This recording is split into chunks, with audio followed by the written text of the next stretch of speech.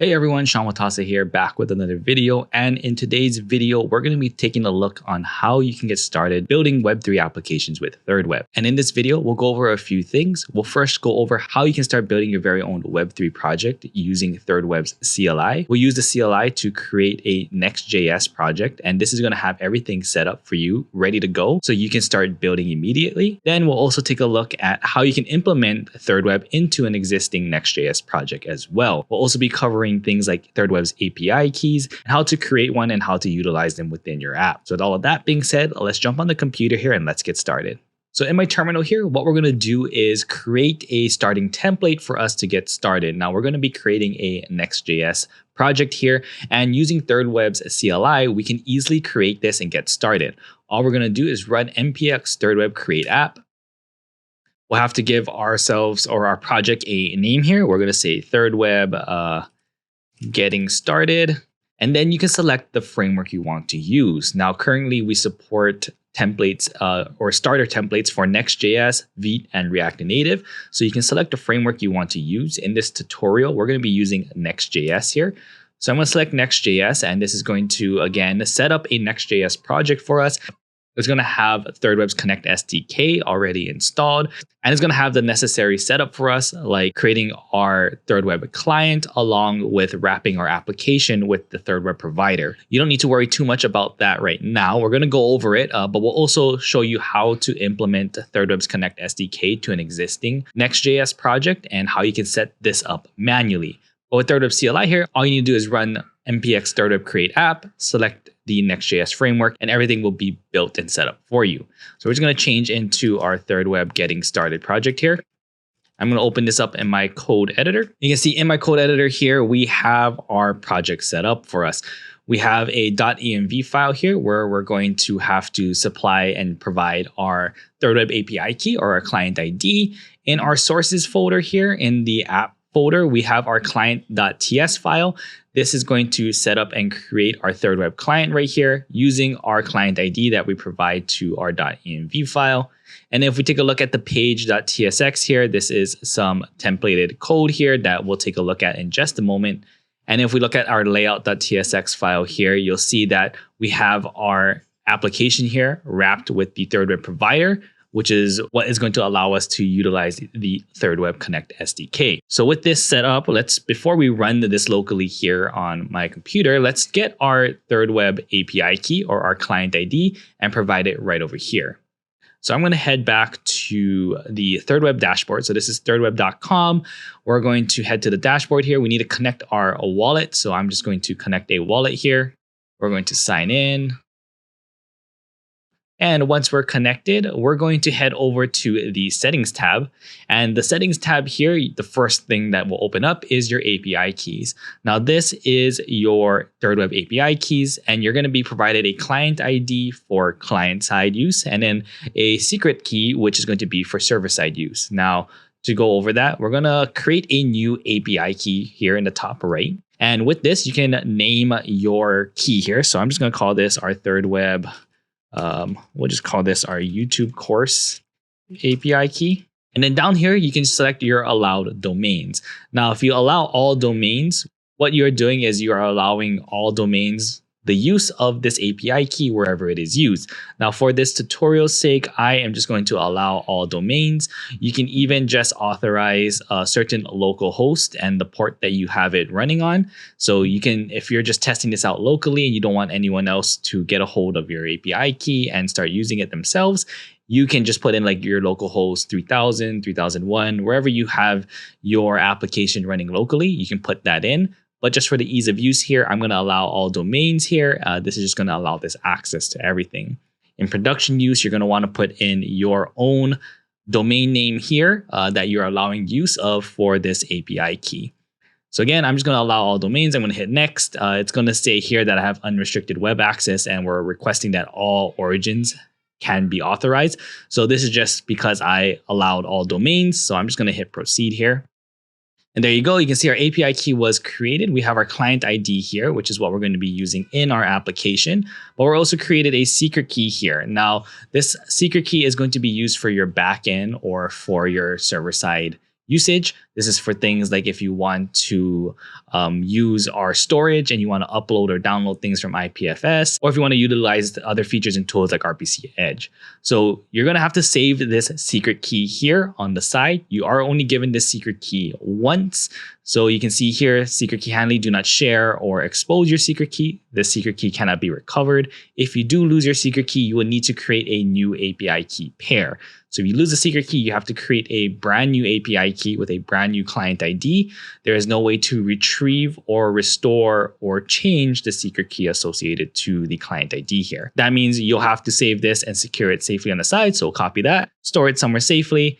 Client ID, you'll be able to retrieve afterwards, no matter what. So you can just hit confirm. I have secured and stored my secret key. And just a heads up, don't try to copy the secret key here because after this video is made, the secret key and API key will be deleted. So just giving a heads up there. You also don't want to share your secret key again with others as well.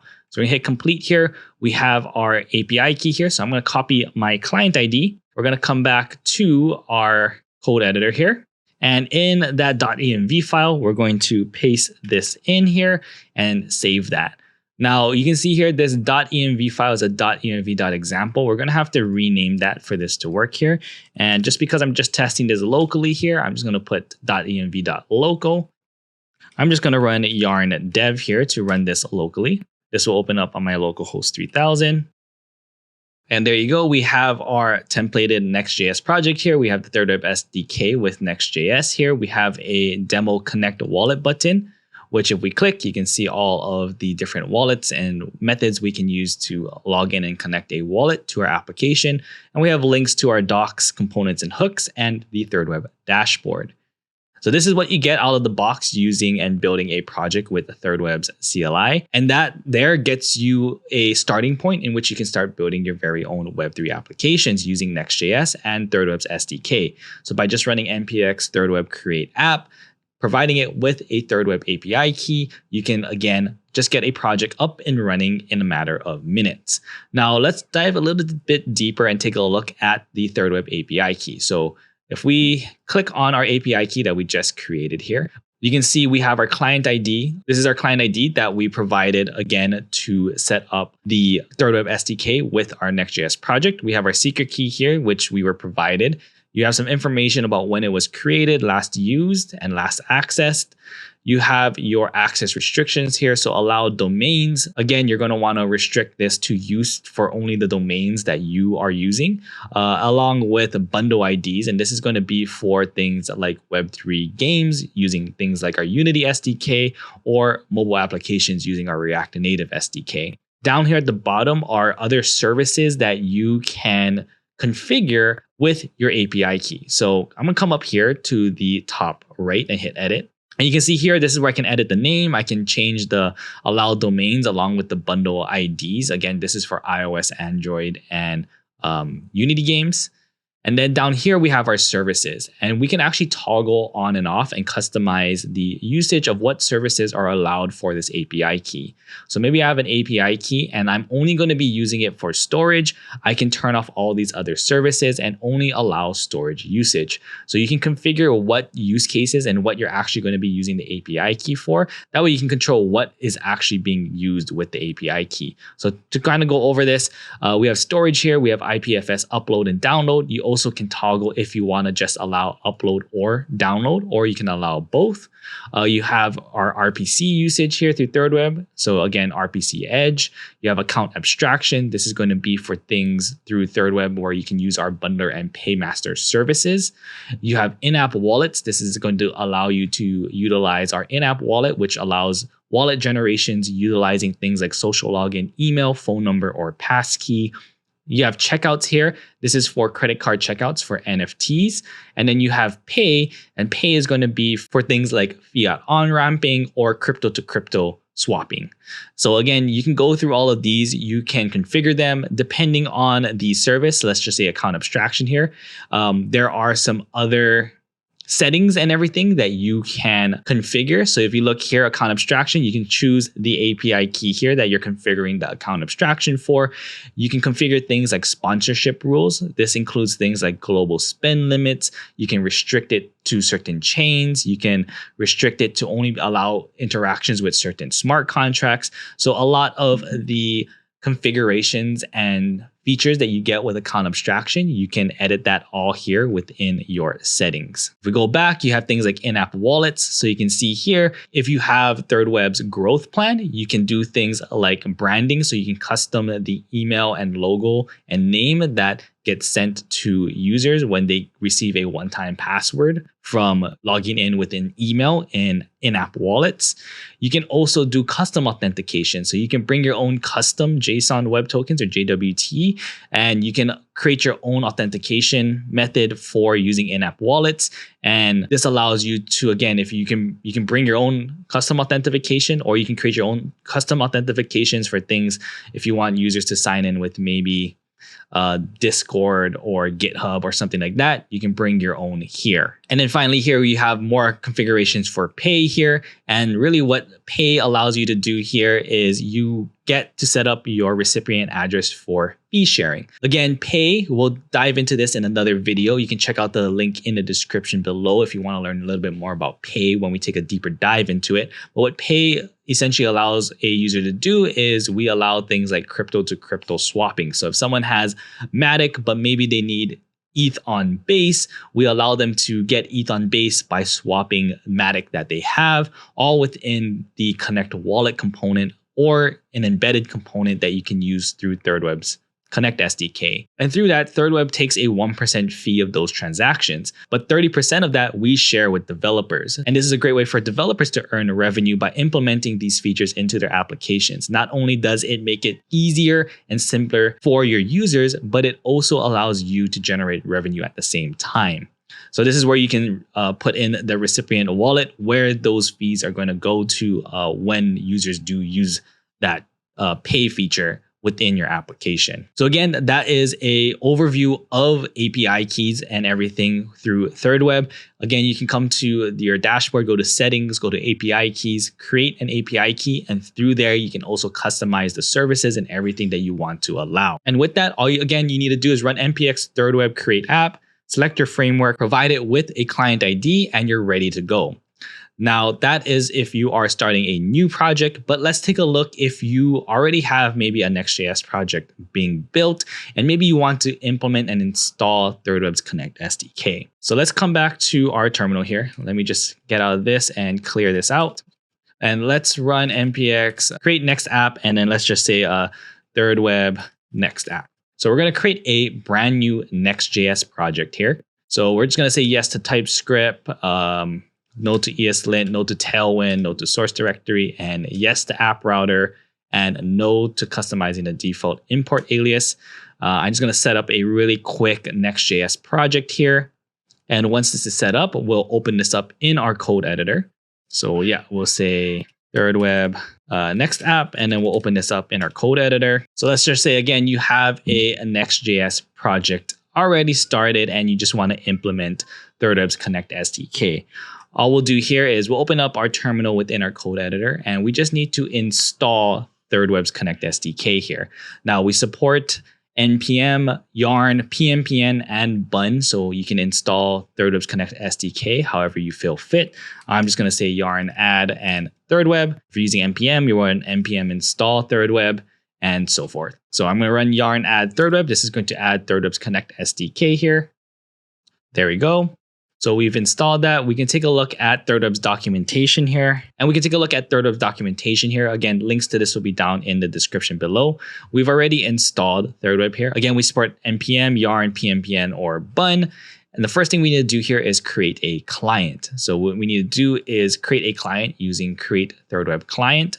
So coming back to our code editor here in my source folder and in the app folder, I'm going to create a new file, and I'm going to call this our client.ts file. And in that client.ts file, I'm first going to get my client ID. So let's say client ID, and we're going to store this client ID in a .env file here, and it's going to be an environment variable. So we'll just say this is going to be a next public client ID. And we'll also just have a rule here. If there's no client ID, then we're going to just throw an error saying that there was no client ID found. And then what we're going to do here is export a variable here called our client. And we're going to use the create thirdweb client here, and we're going to import that from thirdweb. So let's import create thirdweb client from thirdweb. And for create the thirdweb client, we just need to provide it the client ID. So we're going to say client ID here, which is going to be our client ID above right over here. So now all we need to do, again, just like how we did in our previous project, we just need to create a .env file and create an environment variable here for our client ID. So coming here, I'm going to create a new file. We're going to say .env.local. Then we're going to create our next public client ID here. And this is going to equal our client ID. So let's grab that really quick. So grab it, paste it back in here. And there you go. We now have our client set up and we have our client ID provided in our environment variable. So once we have that set up, the next thing we need to do, if we take a look at our docs here, we're going to go under the React section and we're going to go to our thirdweb provider. And you can see this is our thirdweb provider here, which is a lightweight component that sets up a React query context for the thirdweb SDK and hooks. So we need to just wrap our application here with the thirdweb provider. So we're going to come back to our project. We're going to come to the layout.tsx page. And this children right here of our application is what we're going to wrap with our thirdweb provider. So over here, we're going to come and just put in our thirdweb provider. And then we'll make sure that it is wrapping our children here. And then we'll come out to the top and we'll make sure we import our thirdweb provider from thirdweb/React. We'll save that. We now have our Next.js project set up with the thirdweb SDK. So just a quick overview of what we did. We had to create a thirdweb client utilizing our thirdweb API key. We have a .env file here for our environment variable for that API key. And then in our layout.tsx here, we have wrapped our application with the thirdweb provider. So coming here, if I run this and I run this locally, we'll just run yarn dev. We'll open this up. You can see here, we get our Next.js template loaded here. So everything is running fine. And we can quickly just add let's just close this. Let's head back to the page.tsx file. And right over here, what we're going to do is just add a really quick connect button. This is a UI component from thirdweb's Connect SDK. We'll provide it with our client from our client.ts file. I'm just going to add that really quick to our application. But if you do want to learn more about the connect button, we'll drop some links to videos down below. And there you go. You can see here I have a connect button. If I disconnect, the connect button is a UI component that gives you everything you need to connect wallets to your Web3 application right out of the box. And you can see here, we can connect something like a MetaMask wallet. We have all our information and everything right over here. And again, we just need to set up our Next.js project with thirdweb's Connect SDK and simply add a connect button UI component. And there you have it. That was a quick tutorial on getting started with thirdweb's Connect SDK. You can use, again, thirdweb CLI to just quickly create a new project. We support frameworks like Next.js, Vite, and React Native currently. Or if you already have a project going, you can, again, just install thirdweb's Connect SDK, allowing you to quickly build Web3 applications. All right, in today's video, we're going to be taking a look at the Connect button UI component with the thirdweb Connect SDK. And what we're going to be going over is what the Connect button is, how to implement it into your Web3 apps, and we're going to go through all the customization features and everything. So you can customize the Connect button to look and feel like the brand or whatever application you are implementing it into. So right here, this is what we're going to be building today, and we're just going to be going through some of the different ways that we can implement the Connect button UI component and how we can configure it. So the first thing we'll go over is a default button. This is going to be your default button that you get. You just plug it into your application and you'll get things out of the box like in-app wallet, so social login, email, phone number, passkeys. You can also connect any Web3 wallet, and we support over 350 Web3 wallets. You can just search them in here, and that's a Connect button that you get out of the box. That's the default button there. Then we'll also go over how to customize the wallets that you display. So in here, we can customize the wallets that get displayed in our wide modal here. And you can categorize this by the injected wallet that the user has installed. You can have it recommend certain wallets. So maybe you want to recommend certain Web3 wallets and you can list others here while they can still access, any of the other wallets that we have here. Then we'll go into how we can customize the button appearance. So this is things like changing the text and everything here on the button, along with changing the modal screen as well here. So we can customize the right hand side of our connect modal here. You can add your own components, you can render your own image, however you want to design this section on the right here. You can have full customization over that. And then finally, we'll go over the customizing the button theme. This is like the colors and everything, the theming of the button itself. So you can see here, we can change the color of the button. We can come in here, we can change things like the background, we can change the fonts, we can change the colors of everything. And we'll go through exactly how you can customize this. And we'll also go through something called our Connect Playground, where you can actually play with this and modify it and just copy the code snippet and paste it right into your application. Hey everyone, Sean Watasa here, back with another video. And in today's video, like we saw earlier, we're going to be learning more about the ThirdWeb Connect button. It's a UI component from the ThirdWeb Connect SDK, and we're going to show you what the button is, how to implement it into your applications, and how you can use some of the features of it to customize it, change the branding and everything to match your application. So an overview of what we're going to be going over in this video. We'll first cover what the Connect button is. We'll go take a little look into the documentations and learn a little bit more about the Connect button. Then we'll jump into our code editor and we'll implement different styles of this button. We'll first just show you how to implement the default Connect button. Then we'll show you how to customize things like the wallets displayed. Then we'll show you how to configure the button in appearance, changing everything like the text and label of the button. And then finally, we'll show you how to customize the theme of your button so you can again match it to your branding. With all of that being said, let's jump on the computer here. Let's take a look at our docs on the Connect button.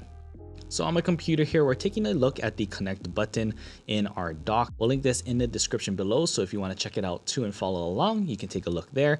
But the Connect button is a React UI component, and it's a component that renders a button, which gives you all the features and functionalities for a Connect button.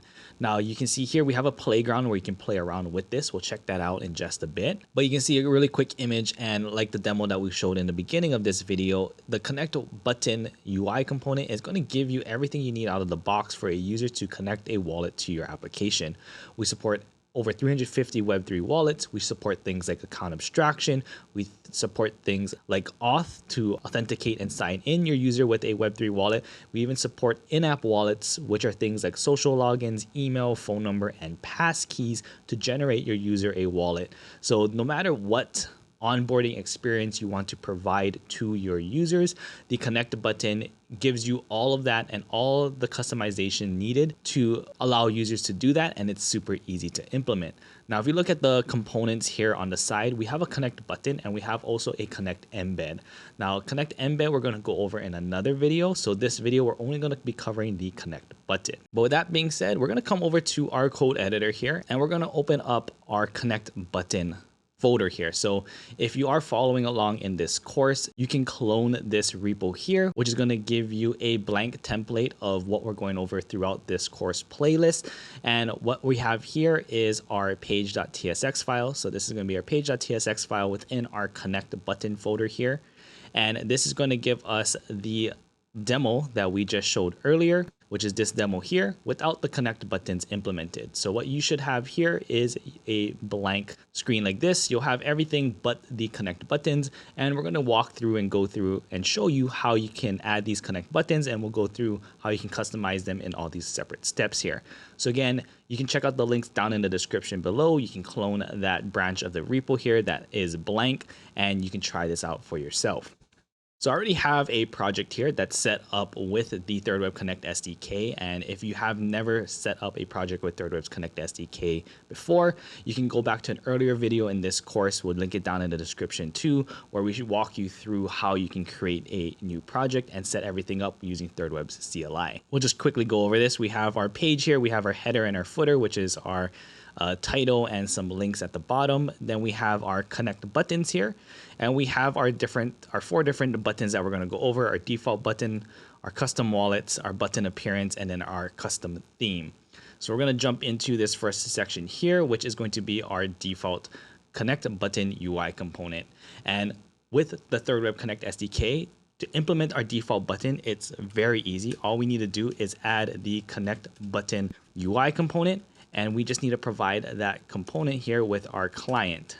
Now, our client is going to be our client that is created for us here. So we take a look at our client.ts file here. You can see we create a ThirdWeb client here using our client ID, which is our ThirdWeb API key. Again, we go through all of this within the Getting Started with ThirdWeb video that we'll link down in the description. But with all of that set, all we need to do, again, is just add that component, the Connect button component, and we just add the client right over here. I'll come back to my demo app here, and we have a Connect button. And there you go. With that one line of code, that one UI component, you now have a Connect button where a user can now connect a Web3 wallet or create a Web3 wallet and connect it to your application. So I can sign in with MetaMask here. You can see my MetaMask right here is connected. I can click on this, and now I have a connected modal here. I can send funds from my wallet. I can receive funds. This will pull up a QR code that someone can scan, and it'll copy the wallet address. We have our buy button here, which is our pay feature. So you can actually buy or swap out cryptocurrency. So you can do crypto to crypto, or you can do fiat to crypto, all within the Connect button UI component. You can switch your chains here. So right now I'm only supporting Sepolia. You can view transactions, view funds, switch accounts if you have multiple accounts, like on a MetaMask wallet or something, and I can disconnect my wallet. So I disconnect, it disconnects. I can come back here. And then we also have in-app wallets, which allow me to sign in with something like my passkey here. So my passkey, I'm recording here, so I can't do my fingerprint. So I'll just put in my password here, and it'll generate me a wallet, connect it to my application, and you can have these seamless onboarding flows for your user. So I'm going to disconnect here. Another thing that we can toggle here. So if I hit the connect button, this is considered our wide modal here. So you have your options here on the left. And if you have something like social login or wallet selected, it shows up here on the right. If I come back to my code editor here, I can come into the connect button, and I can, under the connect modal option here, I can change the size here, and we support wide or compact. So if I do compact and come back here, and now I open up my modal, it gives us this nice compacted modal here. If you have in-app wallets as a type of wallet your user can connect with, it prioritizes that as the main sign-in, and it gives you the Web3 wallet options down here at the bottom, so they can just come in here and select that. If you take out in-app wallets, then it'll just show you the list of Web3 wallets that they can connect with, and we'll go over that in the next demo of the button that we built. So again, super easy to implement. All you need to do is add the connect button here, add your client, and then you have the connect modal size that you have the option to change to compact or wide. Next, we're going to scroll down here a bit, and we're going to go to our custom wallets. So we're going to copy this connect button here. We're going to paste it in here. But what we're going to go over is how can we customize the wallets that are shown here. So I'm going to actually get rid of this modal size here. So if I come back to my demo app, how do I customize the wallets that are shown here on the left-hand side? So I'm going to come back to my code editor here, and up here, we're going to create a few arrays of wallets. So I'm going to have a recommended wallet, and I'm going to have an array of just wallets that I want to show in my connect modal here. So in my wallets, this is going to be all the wallets that I want to show to the user that is in that list of wallets on the left-hand side. Now, to add a wallet here, we're going to use something called create wallet. And we're going to come up here, and we're going to import create wallet here from thirdweb/wallets. And down here, create wallet, we'll be able to select from over 350 Web3 wallets, like I had mentioned before. So let's just say we want MetaMask, which is io.metamask here. That's going to add the MetaMask wallet for us. We can also add, if we just add a comma here, create wallet. We'll also add, let's just say Coinbase wallet, which is com.coinbase.wallet. We can add some other wallets here. Let's just say, let's just select a random wallet here. Let's see, maybe we want to do Phantom wallet. We can add that in there as well. If we wanted to say create wallet, we could also add something like com dot Ronin chain wallet. So we can do that too. So again, you can just select those wallets and add them in. We can do the same thing for recommended. So I'm not going to add the recommended wallets just yet, but in the connect buttons here, under the wallets option, we can just provide it our array of wallets. And now when I come back to my connect button here, it'll show the wallets that we listed right over there. It'll show it also in the order that you have it listed. But let's just say I put Ronin wallet ahead of, let's just cut this out here, and I put it right after MetaMask. And I come back here, you can see it prioritizes and puts it in the order that I put it in within the list.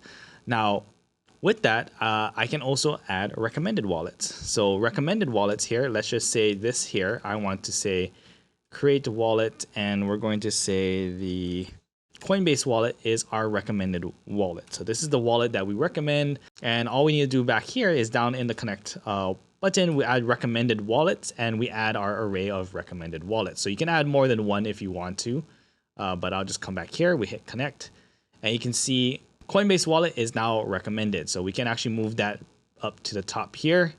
So let's cut that out, put it right under the MetaMask wallet. And there you go. Now we have MetaMask, and then we have Coinbase, and it's tagged with the recommended here. So that is what recommended wallets are. And you can customize that list of wallets along with recommended wallets. So whatever you want to show, you can show your users there. Now, if we don't have in-app wallet, which is our social login, our email, phone number, and passkey, if we come back here and we go to our connect modal, and this one, we change the size to compact here, like we did the last time. If we only have wallet, it'll show just the list of wallets here. It won't show like this wallet here, this connect button. It's not going to prioritize in-app wallet. Anytime you have in-app wallet, again, it prioritizes that in the compact view, and you have to come here to connect your Web3 wallets. But if you don't have in-app wallet, it'll just show the list of the wallets that you have listed. So you have all of those options right over there. And again, that is how you can customize the list of wallets that are displayed in the Connect button UI component. The next thing we're going to do is customize the button appearance. So we can change a few things on the button, like the text and our labels of our button. So what we're going to do here is come down to the button appearance component, and we're going to add our Connect button here really quick, add our client. And in here, we're going to change a few things. So here we can get our Connect button option, and we can change the label within our Connect button. And this is going to change the text of the Connect button UI component. So maybe here we wanted to say sign in. Maybe we're abstracting away some Web3, or maybe we wanted to say, hey, sign in to our app name.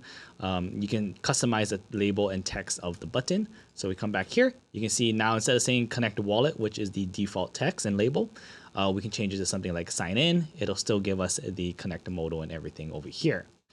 Some of the other things that we can change is we can change things within the actual Connect modal.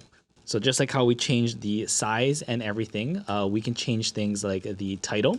And the title, if we say come here really quick, the title is going to be this title here in the top left where it says sign in. So if I come in here and I say hello and come back here, you'll see that the text changes to hello. So you can have it say whatever you want here. You can customize that text there in the top left. So next thing we're going to do is customize this right hand side, this right half of our Connect modal, which we call the welcome screen.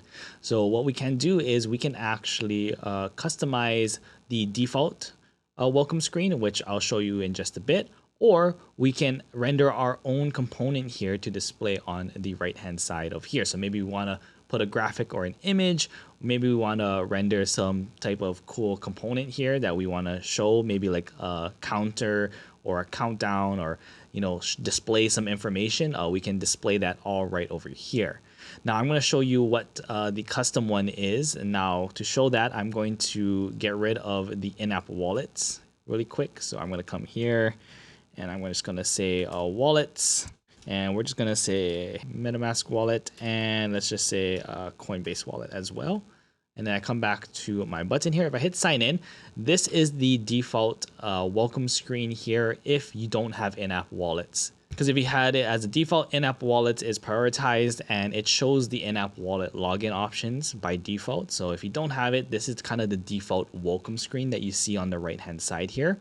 And we can customize some of those things in this welcome screen. So to do that, what we're going to do here is in our connect modal, So in the connect modal, we can configure the welcome screen. And in our welcome screen, we can change things like the title. So we can say this is the title. And if I come back to my app here, you see this is the title here. We can also change the subtitle, which is this over here. And we can also change the image up top right here too. So if we come here, we can change things like, again, the subtitle. Say this is the subtitle. And then I can change things like the image that is shown. And what we need to do for the image is just provide it the source. And I just have a placeholder image that we can add here. We can say, hey, the height is going to be 200. And then the width will be 200 as well. And then we can come back here and you can see we can change that image. So if you have a logo or something and you want to implement that, or you just want to put an image there, you can change that image, which is normally that default globe image that you saw earlier. And you can customize this welcome screen to show whatever text and stuff you want to show. You also have the ability to, again, like I mentioned earlier, render your own component for the welcome screen. So I'm just going to comment that out really quick. And right under here, we can build our custom welcome screen component. So we're going to build our custom welcome screen here. And what this is going to do is going to return us. And in here, we can create whatever we want to render within our welcome screen. So for this case, all I'm going to do is use a component here called media renderer, which is going to allow me to render out an image. So I'm just going to give it a placeholder image, give it some height and width here. So height of auto and width of 100%. And this media render is just going to render this placeholder image here. And then we can implement this to our welcome screen. So in here, we can say welcome screen here is going to render out our custom welcome screen component. And then coming back to our app, we can come back to our custom welcome screen.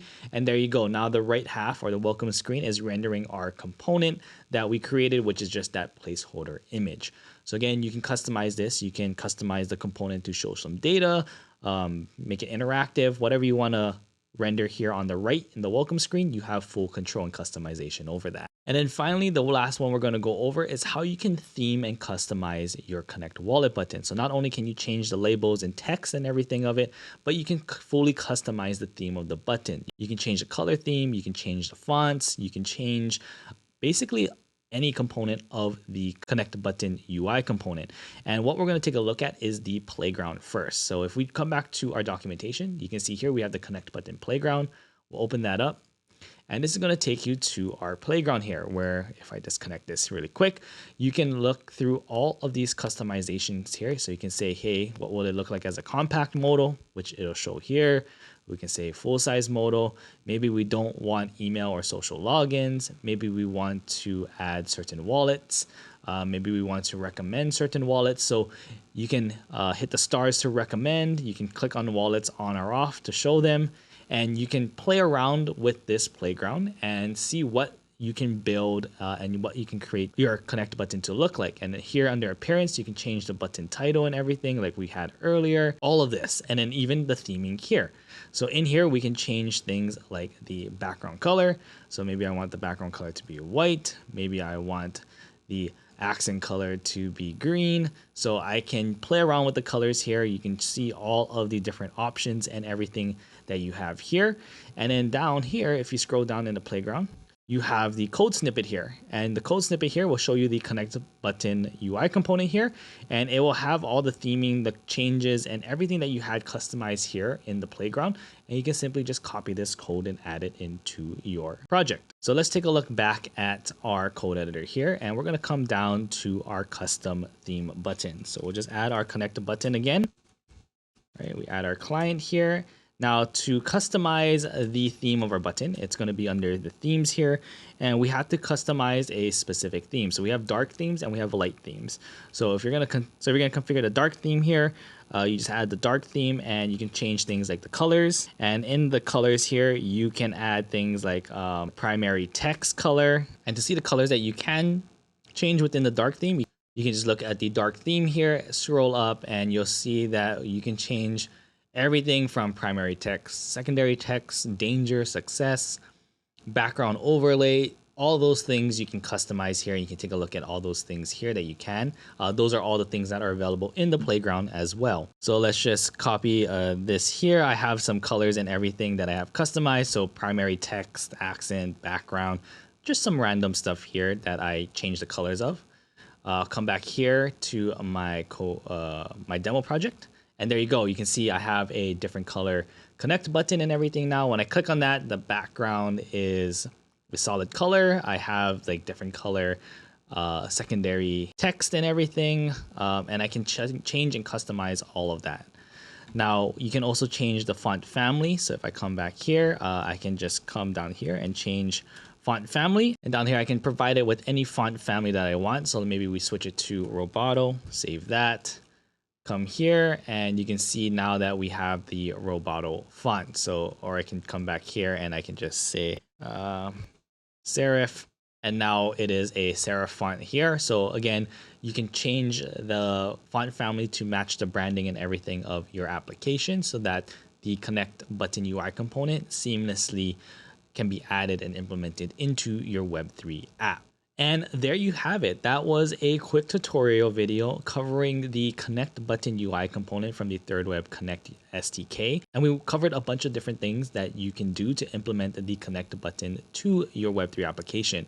You have the default button, which you can simply just add a line of code in, and you get all of those great features out of the box. You can customize things from the wallets that are displayed to your users on how they can connect. You can change things and customize things on the button from the label and appearance of the button, even the theming to match the branding and everything of your Web3 application. Again, this is part of our Web3 developer course here on YouTube. So if you check out the links down in the description below, we'll have a GitHub repo that you can clone a blank template of everything that we just went over, or you can check out the full GitHub repo on the code that we use to create this tutorial video. So if you don't want to follow along, but you just want to see how easy it is to implement it, you can check that out. But you can also look at the course branch of the GitHub repo and clone it yourself and follow along this video. But I hope you folks enjoyed this video. You found some value in it. If you did, don't forget to like this video, hit that subscribe button, and don't forget to turn on the notification bell so you don't miss out on more videos just like this. If you need any help or support, we'll drop a link down in the description below as well, where you can open up a support ticket, and our support team will be happy to help you out and answer any of your questions. What we'll be going over in this video tutorial is our Connect Embed UI component. So kind of like the Connect button UI component, this is a component through the thirdweb Connect SDK that you can use that shows you the embedded option of our connect button. So instead of showing you the button first and the user has to click on it and is then shown these options here, with the connect embed, we can just show the open modal automatically already. So if you want to create something like a sign in or login page and you don't want it to have a button, but just display the actual methods that a user can connect their wallet, you can use the connect embed. So this is the default connect embed here on the left. We have prioritized in-app wallet first, so things like social login, email, phone number, passkey. And if you come down here, you can hit connect wallet, and you can still connect a Web3 wallet, and we support over 350 Web3 wallets. So a user can come in here, search the wallet that they are using, and you can connect a user's wallet through there, or again, create them a wallet through our in-app wallet way. So if they hit passkey, I'm just going to use my passkey here. We're going to sign in, and you can see automatically they're all connected. So once we connect a wallet, we can then prompt a connect button, and since this is using thirdweb's Connect SDK, once there is a wallet connected, the connect button automatically shows the connected state of the button.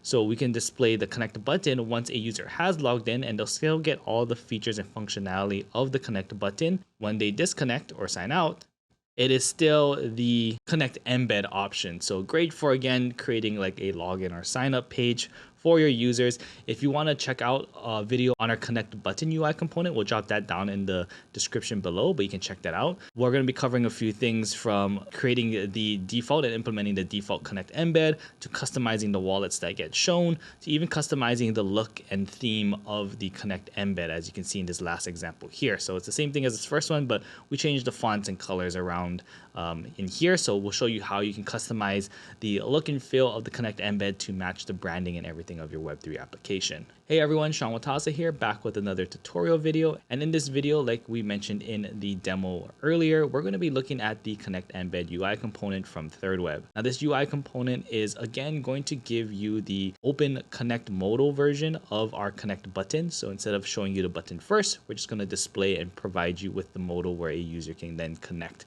their Web3 wallet or sign in using in-app wallet with methods that they're familiar with. An overview of what we're going to be doing in this video. We're first going to just take a quick look at thirdweb's documentations around the Connect embed UI component. Then we'll jump into the code and show you how to actually implement the Connect embed into your Web3 applications. Throughout this video, we'll be using our course repo, so you can check down in the description below. You can clone the repo and follow along, or take a look at the code snippets that we're going to go through in this tutorial video. But with all of that being said, let's jump on the computer here and let's take a look at the documentation first.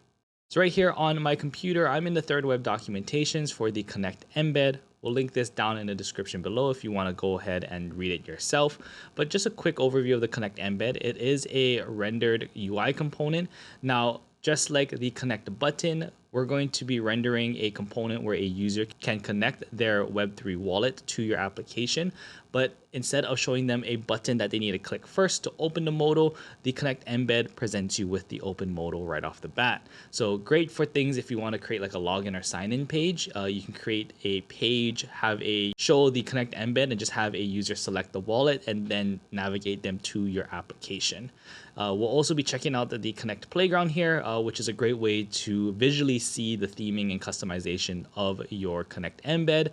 And then we can just copy the code snippet and paste it into our code. So with that being said, let's jump into our code editor here. Let's take a look at our project and see how we can implement the Connect embed into it. So right here, I have my course demo open. Now, if you folks want to follow along, you can head down to the description below. We'll add a repo and a branch where we will be removing all of the components, and you can follow along with this tutorial, or you can check out the main repo and just visually see the code that we are going to cover in this tutorial here if you want to learn more about implementing the Connect embed button. But if you are going to follow along here, we're going to be working in the Connect embed folder, and we'll be going to the page.tsx file. In here, you'll see some code already. This is just laying out the different components we're going to work with. We haven't added any of the embed buttons or UI components yet. So what the project should look like is this right over here. We'll have our header with our title and everything. We'll have the 3 different customizations we're going to go through, and then we have our footer right over here. So in my code editor, I'll just quickly go over again the code that you see. So we have our header here, which is just an image and a title and a description of the Connect embed. And then we have a footer down here that has just some links to our YouTube videos and GitHub. So you can check those out. We have our Connect embeds here in the middle, which we have this component here, which is going to have our default Connect embed, our custom wallet, and our custom theme. And those are the 3 different steps that we're going to walk through in this tutorial. So we'll start off really simple here, and we'll start off with the default Connect embed. And the Connect embed is really quite easy to implement. All we need to do is add the Connect embed component here from the thirdweb React SDK. And in here, we just need to provide it with the client, and we're going to provide it with our client from our client.ts file. And if you aren't familiar, or if you haven't watched our Getting Started with Thirdweb video yet, we'll link that down in the description below. When you create a new project with thirdweb, either using our CLI, or if you install the thirdweb SDK into your project, you're going to create a client.ts file to create a thirdweb client, which is going to utilize your client ID or your thirdweb API key. That is where we are getting the client from. Again, if you want to watch that video, we'll drop it down in the description below. But with that, we have our Connect embed. If we save that and come back to our project here, there you go. You're going to wait for that Connect Embed to load, and that's how easy it is to add the Connect Embed to your application. Now, the thing with the Connect Embed versus the Connect Wallet, now there's one thing I want to mention, and it's the differences between the Connect Embed and our Connect Button UI component. So if you watch our Connect Button UI component video, we'll link that down in the description. When you connect a wallet, you get a connected state of the component. Now, Connect Embed, because it isn't a button, you're not going to get a connected state. You're just going to get this modal right over here. So what happens? So if I connect a wallet, let's just say with my passkey here, I'm going to be connected, but I'm not going to have any component or anything over here showing that I am connected. Now, you can create your own. You can use our SDK to retrieve the connected wallet address, all of the information of the connected wallet, but the Connect Embed is not going to show you a connected state component like the Connect Button does. But we can use the Connect Embed and the Connect Button hand in hand. So maybe if there is a wallet connected, we display the Connect Button in its connected state. Now, because we're using the thirdweb SDK, it'll detect any wallet that is connected to your application. And we can do this using a hook here. We're going to create a variable first. We're going to call this account. And we're going to use the use active account hook here from thirdweb's React. And what use active account is going to do is going to return us back the connected account and the details of the wallet. Now, if there is no wallet connected, it's going to return as undefined, and we can use that to check and see if there is a wallet connected or not. And below this, we can say if there is an account, so if there is a wallet connected, we can now show a connect button component. So say connect button here, and it will provide this connect button with our client. So what this does now, if we come back to our application, it's going to notice that there is a wallet connected to our app, and instead it will show the connect button in the connected state. So it's going to show me my passkey wallet that I created over here. So disconnect, it's going to get rid of the connect button and show us only the Connect Embed. So again, if you want to show that connected state UI component, you just need to plug in the connect button. It'll register and recognize that a wallet is connected, and that it will show the connected state for that wallet. So again, if I sign in with our passkey here again, it'll connect, and then this is now showing the connect button UI component. And then you get all of the functions and features that the connect button has to offer in the connected state. So that is the default Connect Embed right over here. It does have in-app wallet prioritized here. So it's going to show you things like social login, email, phone number, passkey, and then of course down here at the bottom, you can connect your Web3 wallets. Next thing we're going to go over is how can we customize the wallets that get displayed in our Connect Embed. Maybe we don't want to provide in-app wallets, and we want to provide just a list of Web3 wallets a user can connect with. We're going to come back to our code editor here, and we're going to scroll down, and we're going to head into the custom wallets embed. And this is where we're going to create our Connect Embed, but we're going to customize the wallets that we actually want to display there. So I'm going to actually copy the Connect Embed and the account section here. So we're going to copy that. We're going to copy our account variable here with the use active account. There we go. And what I'm going to do next is I'm going to create a variable here called wallets.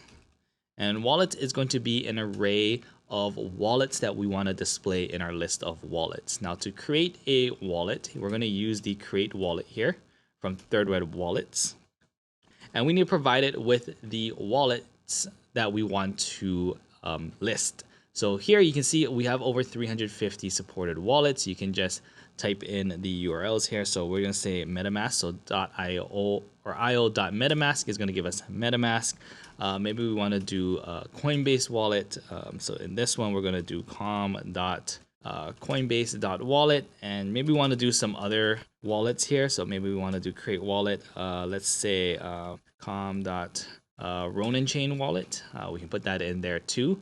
So we can create an array of wallets, and you can just, again, in that array, put in the wallets that you want to display. Now, the wallets will display in the order that is displayed here. So we'll just take a look at this. We'll go in our Connect Embed, we'll add the wallets, and we'll add our array of wallets there. And now if we come back to our app, our demo, right over here, you see we got rid of in-app wallets, so it's not prioritizing in-app wallets here, and it's just going to show the Web3 wallets that we have right over here. So we have MetaMask, Coinbase, and we have Ronin wallet here. We still give the option to view any of the Web3 wallets, but the ones that are displayed are the ones that we added into our array of wallets. And if I take Ronin wallet here, take that out, and paste that above Coinbase wallet and save that. We come back, it will organize it again in the order that you add them into your array. So you can add your list of wallets there. So come back here, and we can also add recommended wallets. And what recommended wallets will do is give it the subtext of recommended. So let's create another variable for recommended wallets, which will be another array here. And let's just say we create a wallet, and it's going to be the .coinbase wallet is our recommended wallet here. And then if we come back down into the connect embed, we can just add recommended wallets and provide it the array of recommended wallets.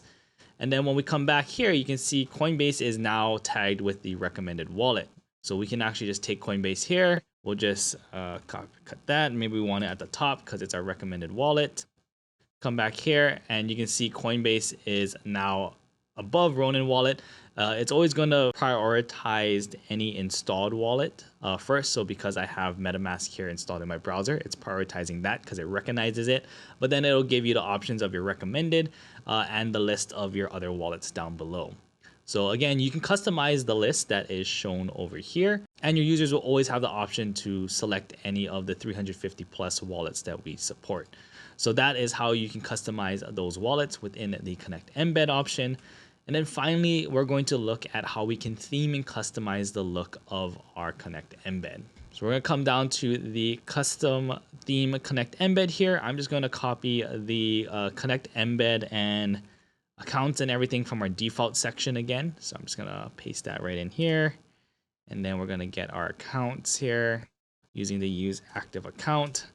So again, I just copying the basic Connect Embed, and then we're going to go over how to theme it. Now, before I start adding the theme in here, we actually have a playground that you can go and play with to visually see the customizations that you can make to the Connect Embed.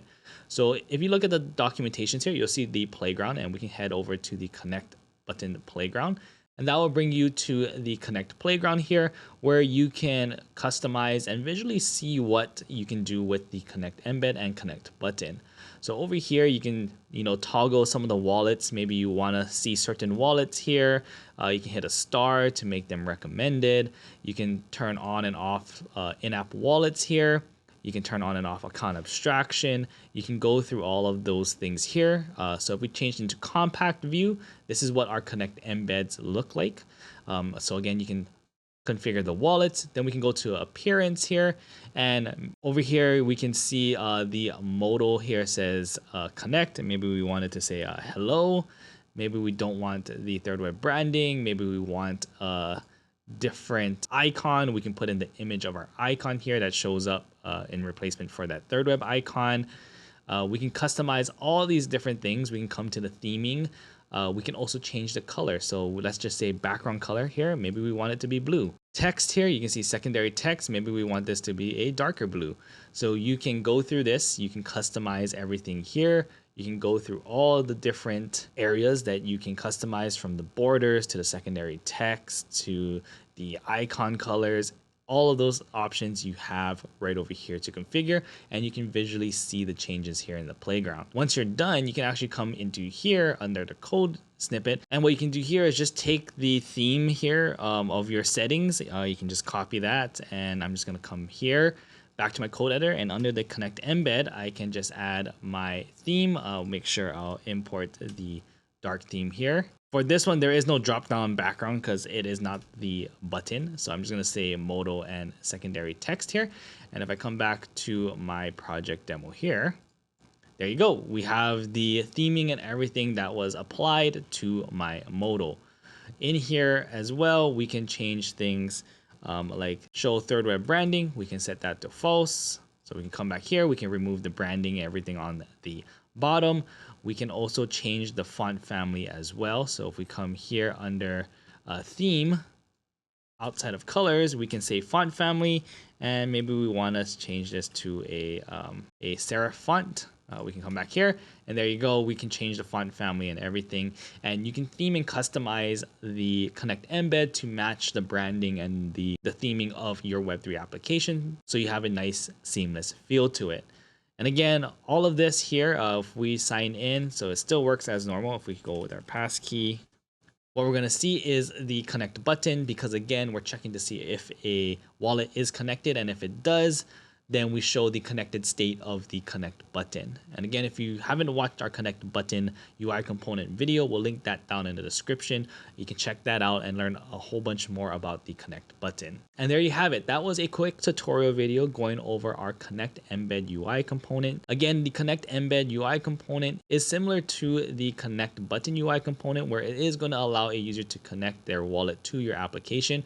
But instead of providing a button to open the modal, we'll provide them the open modal right off the bat. So if you wanted to design something like a sign-in or login page, this is a great UI component for that use case.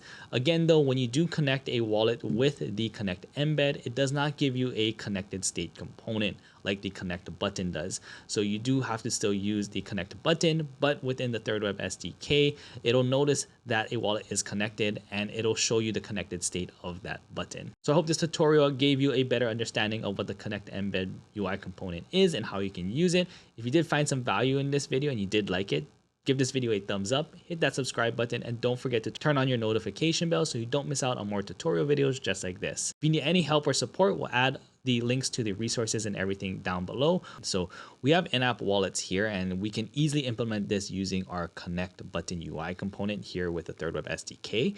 Now by default, we can have all options here, and these are all the options that we support with in-app wallets. We have social logins like Google, Apple, and Facebook. You can sign in with an email, which is going to give you a one-time password you have to verify and then sign in. You can sign in with phone number. It'll send you a one-time password via text. And then we have Passkeys, so a user can use things like their fingerprint or face scan on their device to create and generate a wallet for them. We'll also go over how you can select and customize what you want to show to your users when they sign in. So maybe you only want to provide email only. You can do that. Maybe you want to provide only social logins. You can do that as well.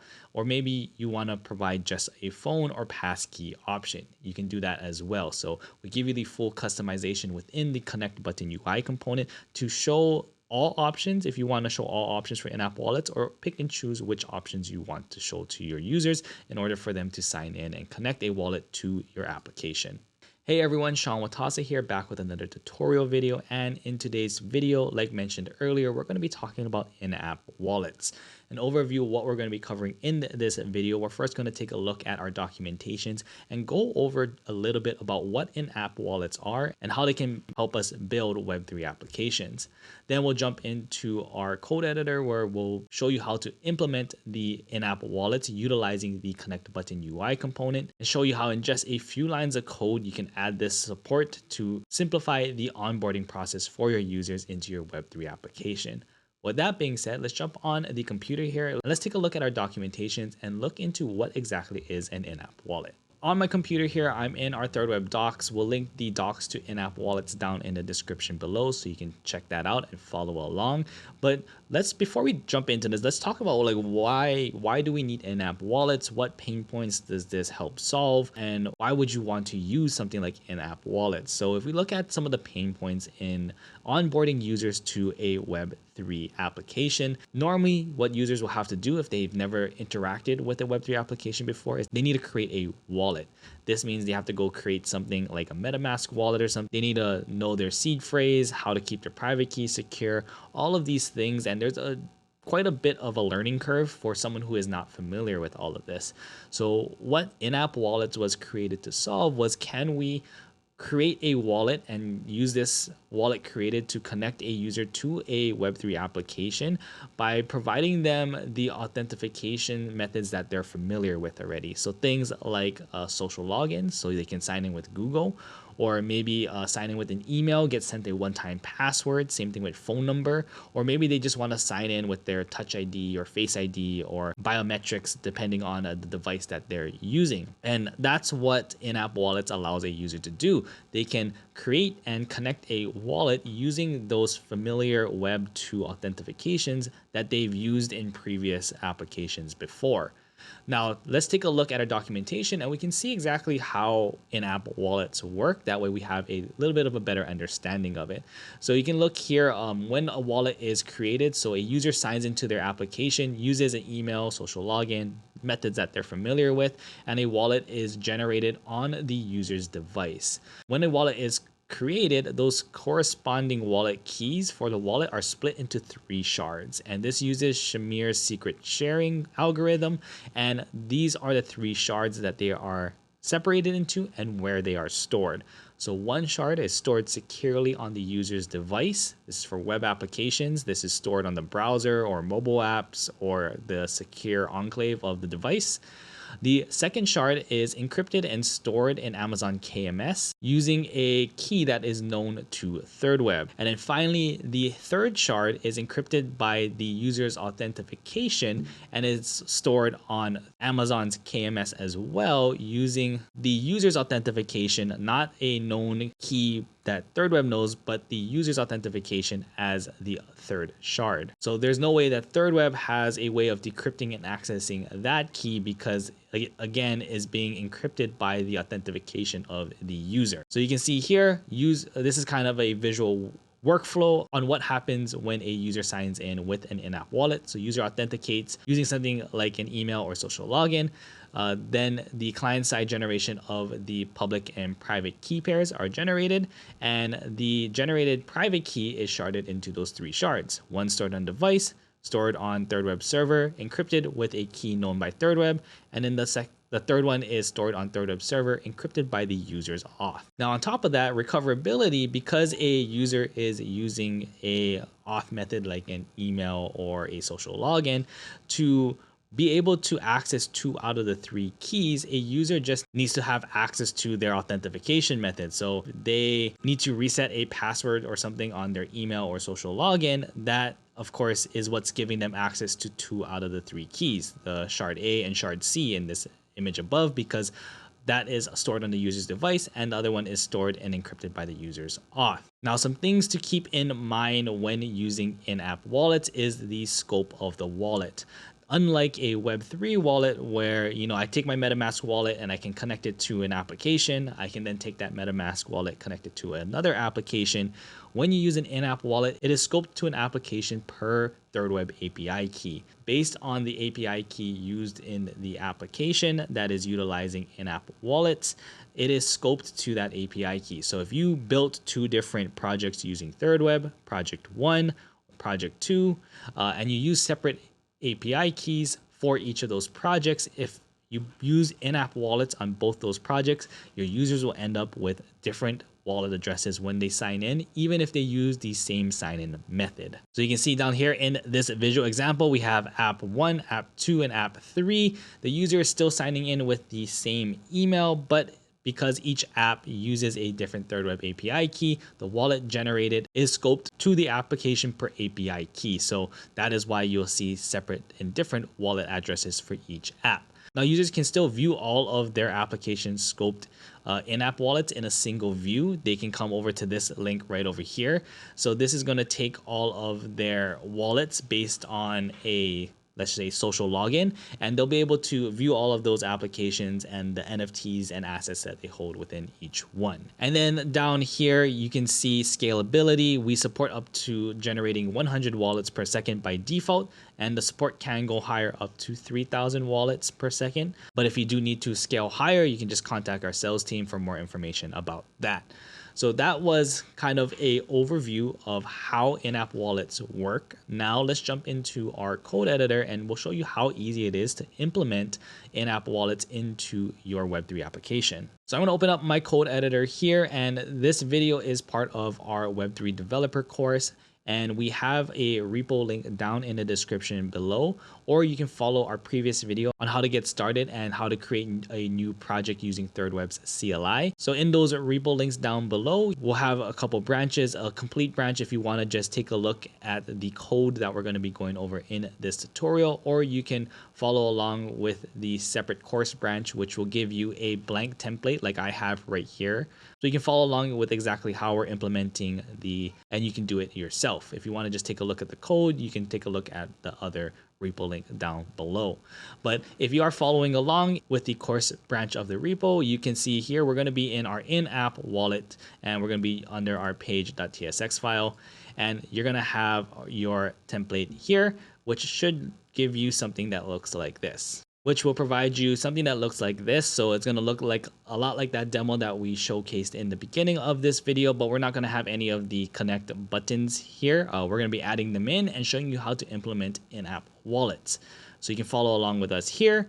We're going to come back. We'll just take a quick look at what we have here. We have a header, which is just our title, image, and a description of the page here. And then down here at the footer, we have some links to the YouTube video, the GitHub, and going back to our main menu here. And then up here, you can see we have the components that we're going to go over, all options, email only, social only. And right up here, we have our in-app wallet options displaying all 4 of those components down here. So that's just a quick overview of what this template is. And let's just get started, and let's first implement adding all the default in-app wallet options. So we can add this simply by creating a connect button component here on our page. Now, connect button component, we do need to provide it a client here, and we'll provide it a client here from our client.ts file. And if you've been following along with the previous videos, we'll link down again below in the description videos on how to get started with thirdweb and using thirdweb CLI. But essentially, you're going to create a client.ts file, which creates you a thirdweb client here using your thirdweb API key. And we need to provide that to our connect button UI component. We'll link videos on that down in the description below as well. But if we just take a look at the default connect button, right? We have a connect button here. We have all of these different login options. We have social logins, we have MetaMask, Coinbase, all of our different Web3 wallets. But maybe we only want to provide a user just the ability to sign in with in-app wallets. Maybe we don't want to give the option for Web3 wallets. We just want a user to sign in with a in-app wallet. So what we'll do here in our connect button, we'll provide it the wallets that it should be offering our users to connect with. And in here, we need to provide it an array. And all we're going to provide in this array is an in-app wallet. So that is the only option that we're going to provide our users to be able to sign in and connect with. So we come back here. Now when we hit connect wallet, it only shows the modal with the in-app wallet options. We have social logins, email, phone number, and passkey. So social logins, they can sign in with something like their Google address or their Google account. They'll select their email that they want to sign in with. It'll generate a wallet for them. You can see right here, we have a wallet generated for us ending in 4C38. We can disconnect. I'll put in my email here. I'll hit send. We're going to get sent a one-time password to our email. So I'll wait for that to come in and then put it in. Then we'll put this in here. It'll verify that one-time password and then sign me in right over here. Then again, creating me a wallet. I'll disconnect. We'll go through the other options. So phone number, it'll send us the verification for that. We just put that in. User will verify that and they get generated a wallet right here. And then finally, we have the passkey option, which is if someone is using a device and they want to use like their fingerprint or biometrics, they can. Because I'm recording, I have to manually input my password there. I can't use my fingerprint right now, but you can see that will also generate a user a wallet and then they can sign in. So disconnect that. And those are all the different in-app wallet options that a user has to generate themselves a wallet and connect to your Web3 application. And they can start interacting with the blockchain with it. Now, what if we want to not provide all those options for our users and we only want to provide specific, maybe only 2 or 1 out of the different options that we have? So we'll go over how to do email only first. So maybe we only want to provide the option for a user to use an email address to sign in to our application. So we're going to come down to this email only component here. I'm going to copy the connect button component up here, just paste it in under wallets, and under the in-app wallet here, we're going to provide some different options here. So we want our auth method here, and we're going to set the options here. And the options for that auth is we only want, we're going to provide that with an array, and we only want to provide it the ability to take email as the only sign-in method. So again, with the wallets, within the in-app wallets, we set the auth, we set the options to just email right over here. So we come back here, we hit that. It'll only give us the ability to sign in with email. User will put in their email, get sent a one-time password, and then they can sign into our application, connect a wallet. For social, we'll come back here. We'll copy this right here. And then we'll come down to the bottom here. And instead of email here, we have a few different social options. So maybe we want just Google. If we want to just say Google is the only way that you can sign in to this app, we can come here. Social, they'll have just Google right over here. Maybe we want to allow Google and we want to allow Facebook. Right? We can come back here and now you have the Google and Facebook option. And by default, we also offer Apple ID as the other option as well. These are 3 built-in social logins. You can also provide your own custom auth if you wanted to as well. So if you wanted to build your own auth for someone signing in with something like X or GitHub or Discord, you can create your own auth method like that, allow a user to use that. But out of the box, we do provide Google, Facebook, and Apple. So if you come back here again, then you'll have those 3 social logins. And then finally, we'll just take this component here for the one last one. If we want to say use phone and passkey, all we need to do is right here, provide this with our phone and passkey. And we can, of course, choose out of the different options here, just provided the array of the options that you want to allow users to authenticate with. In this case, we'll just say phone and passkey. We'll come back up here. So the last one here you can see is phone and passkey only.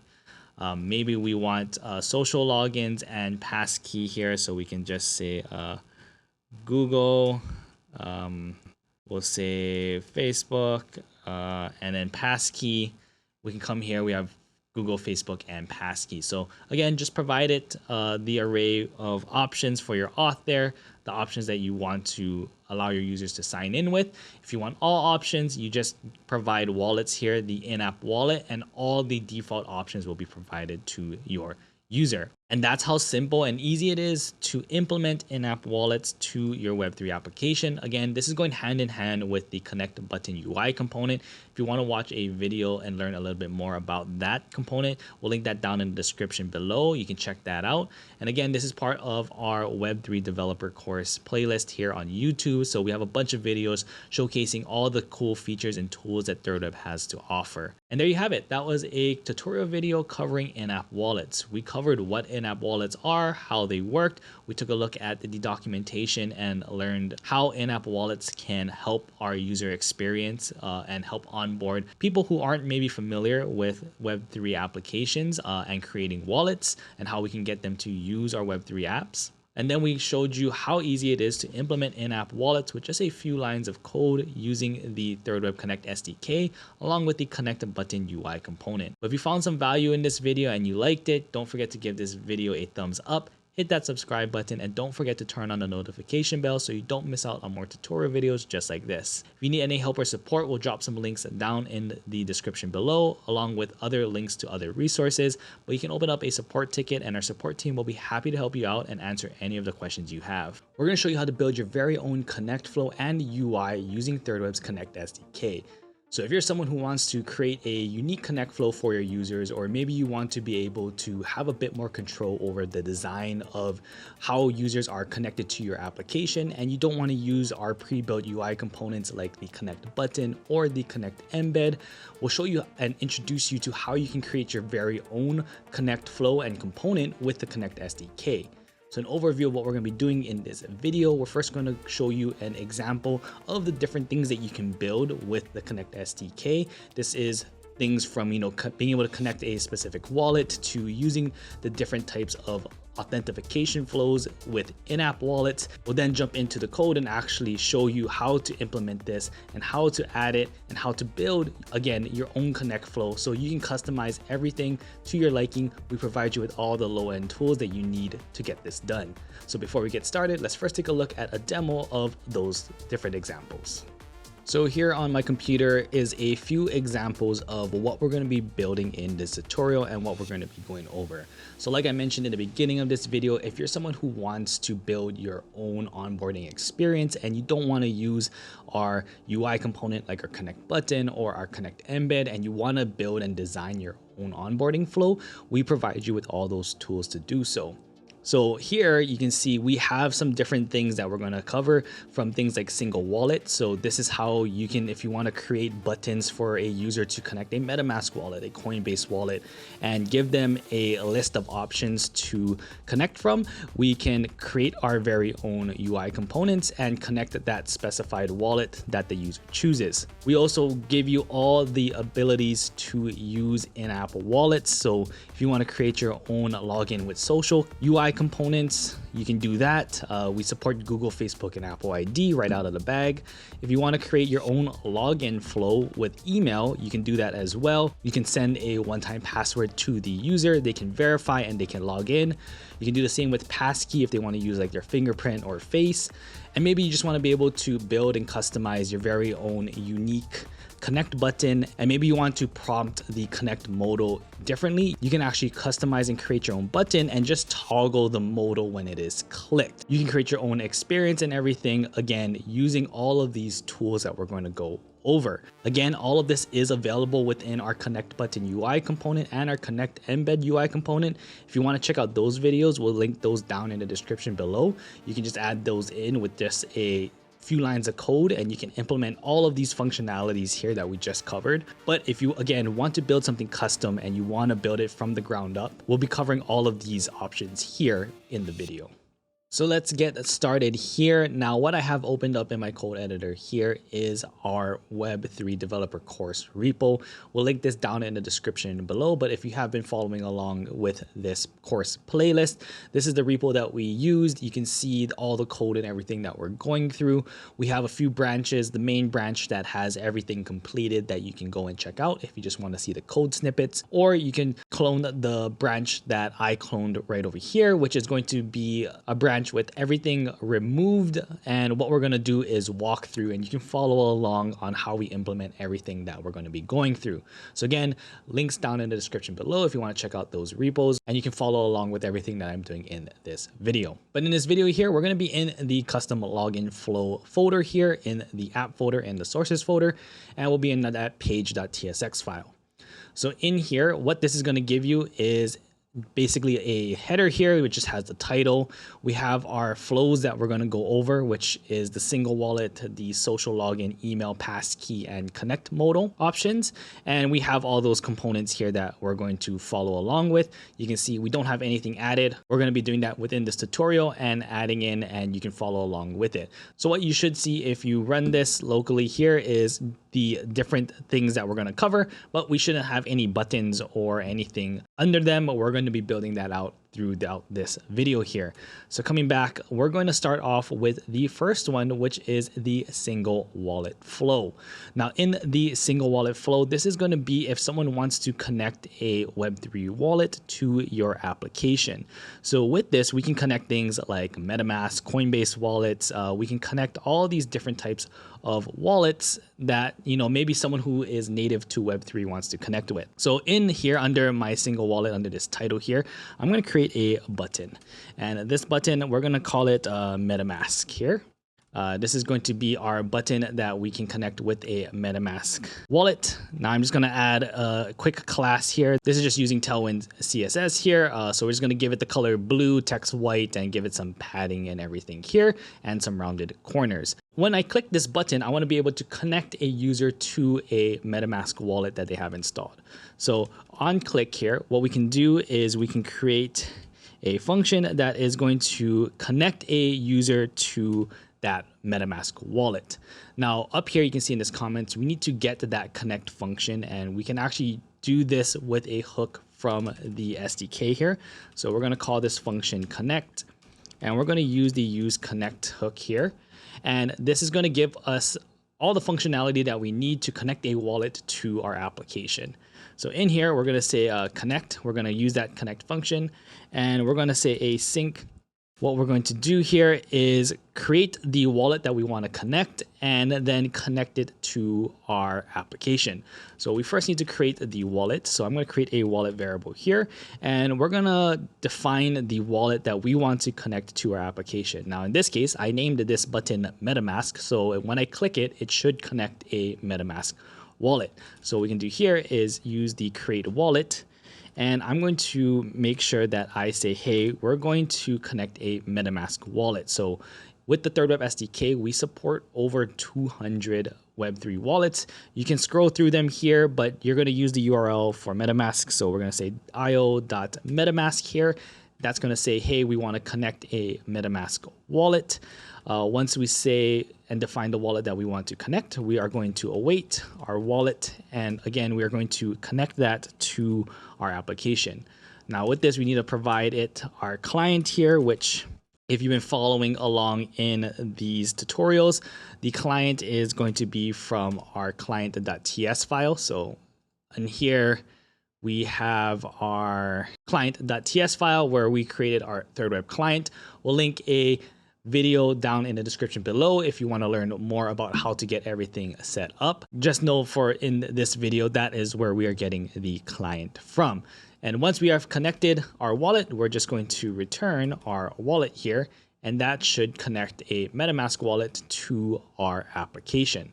So if I take a look back at my demo project here, you should see a MetaMask button here. Now you could, put your own logo or whatever you wanted to do for a user to, know that this is going to connect to a MetaMask wallet. I just use text here for an example. But when I click on that, you can see here, my MetaMask pops up. I need to sign in here first. There we go. So I signed into my MetaMask wallet, and you can see once I click it, nothing's really happening here because we haven't really told our application to show that a wallet is connected or not. But if I look at my MetaMask wallet here, I should be connected, and it is connected. You can see here to my localhost 3000. So what happens once a user actually does connect their wallet to our application here? So coming back here, what we're going to do is under this here, we can check if there is an active account or wallet. Now, what is the difference between an account and a wallet in thirdweb? So a wallet is going to be the type of wallet that you have connected. In this case, or in this example, I have a MetaMask wallet that is connected to this Web3 application. An account is the actual wallet address or the account within the wallet. So if you're familiar with Web3 wallets, you can have a wallet like a MetaMask wallet or a Coinbase wallet or a Rainbow wallet. And within that wallet, you can have multiple accounts or wallet addresses. And that's how we differentiate what a wallet and an account is. So if we want to double check and see, hey, is there an actual wallet that is connected to our application here? We can create a variable called an account, and we can use the use active account hook here from thirdweb, and that would let us know if there is an account that is connected to the application that we have. And over here, we can check and say, hey, if there is an account, we should show a disconnect button for a user to disconnect. But if there isn't an account, then we should show this connect button here. So if I put this in here, right, and say, okay, if we don't have an account, then we should show the connect button of our MetaMask. And if we do, we should show a disconnect button, which we'll build in a bit. But if we take a look back at our app now we don't see the button because we have already connected our MetaMask wallet. If I refresh the page here real quick, you can see MetaMask pops up here. If I click on it, my wallet is connected, and therefore it doesn't need to show me the button to connect anymore. But what it should show me is a button to disconnect. And similar to how we created this connect button with MetaMask and we got the connect function here using the use connect hook, we're going to do the same with disconnect. So we're going to get disconnect here, and we're going to use the use disconnect hook here. And this is going to give us a function to disconnect our wallet. So in the case where we do have an account, which means we do have a wallet that is connected to our application, we're going to add a disconnect button, which is going to be a red button here that we can, click to disconnect our connected wallet. So if we come back to our app, I should see a red disconnect button now. Now I didn't add any functionality to this button here. As you can see, if I click on it, it doesn't do anything. But what we need to be able to do now is disconnect the connected wallet that is connected to our application. Now disconnect, if we look here, is going to take a wallet that we need to disconnect. So not an account, but a wallet. And we can use the use active wallet hook here, as you can see in this example, to define the wallet that we need to disconnect. So over here, we're going to say connected wallet is going to use the use active wallet hook here. And in our disconnect button, we'll say on click, we are going to disconnect, and we're going to disconnect from our connected wallet. And we're going to get an error saying that it is possibly undefined. So we're going to make sure that if there is an account and a connected wallet, then we should show the disconnect wallet here. So there you go. Again, we're seeing if a user is connected to our application, then we should show a disconnect button. If there is no wallet connected, then we should show the connect with MetaMask button. And this goes for any Web3 wallet that you want to connect to your application. Again, you define the wallet here. In this case, we're defining that it's a MetaMask wallet, and then we connect it and return that wallet to be connected to our application. So coming here, now we have a disconnect button. If I click that, you can see it shows me the MetaMask button now, because I can now choose to connect here with a MetaMask. If I wanted to, we could again do this with multiple different types of wallets. So let me just add this in here. Again, you can create your own modal, your own component. I'm just going to copy this really quick, paste it in here, and we're going to change this to maybe Coinbase. And in here, we're going to say com.coinbase.wallet is for Coinbase. We'll save that. We'll come back to our app. So now I have this MetaMask button or this Coinbase button. If I hit Coinbase, it's going to open up my Coinbase wallet. And now I can connect my Coinbase wallet to the application. So again, you can see here, you can build and add icons and everything to allow users to connect with certain Web3 wallets within your application. So that's the single wallet login example right over here. I'm going to come back. I'm just going to get rid of this Coinbase button here. And the next example we're going to go through is a social login. This is again using our in-app wallets. If you're not familiar with our in-app wallets, we'll drop a link down in the description below too, where you can check out a video where we go over what an in-app wallet is, how it works, and we go into detail about all of that. But out of the box, our in-app wallets support social logins for Google, Facebook, and Apple ID. So if you want to add in those functionalities into your Connect flow, you can, again, build those components from scratch as well. So coming back here, we're going to scroll down a bit into this social flow. I'm going to take some of this from our single wallet flow. I'm going to paste them in here because we'll be using those again in this example. In this social flow, we're going to connect to a in-app wallet using a social login, and we're going to use Google here for our example. So what we need to do first is create a function to handle that connect flow for our in-app wallet. So we're going to create a, let's say a handle login flow here, a handle login function here, which is going to be an async function. And in here, we're going to await our connect function, which is the connect function that we're getting here with the use connect hook. And within that, we're going to have an async function that, again, we're first going to define the wallet that we are connecting. Now, in this case, we are going to be using an in-app wallet, right? Because we're going to be using our social login. And we're going to await our wallet, and we're going to then connect our wallet. And for this connect, we need to provide it again with our client from our client.ts file. And we also need to provide the strategy in which we're going to use to connect this in-app wallet. So unlike the single wallet flow where we just need to provide the connect with our client, we're going to have to provide the strategy property here.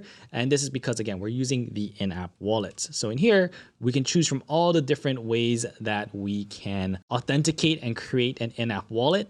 For this example, we're going to use social logins, and I'm going to use Google here as the way for us to connect. And then we're going to return our wallet once connected. So that is our simple function here to connect our wallet. Now I'm going to copy this from our single wallet flow here because it's going to be very similar. We're going to check if there is an account connected. And I'm just going to remove this on click for now. And we're going to say Google is our button. So again, if there's no wallet connected, it should show the Google button. And once we're connected with Google and we create an in-app wallet, it show us this disconnect button, just like how we did in the previous example. And for this button here, we're just going to give it the on click, and we're going to say handle login, which is the function that we created right up here to connect our in-app wallet using the Google sign-in here.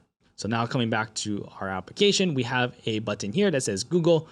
When I click this, I'll be prompted to log in with my Google account. Once I select my account I want to log in with, it generates me my wallet and it connects me. And you can see here that I have now the option to disconnect from that wallet.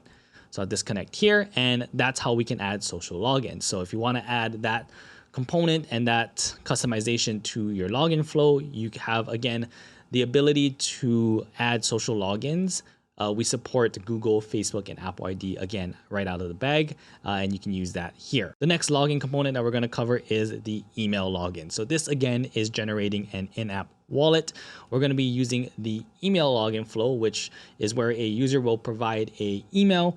They'll then be sent a one-time verification code, and then they have to verify that, and then they get generated an in-app wallet and connected to our application. Now, this email login flow works with email as well as phone.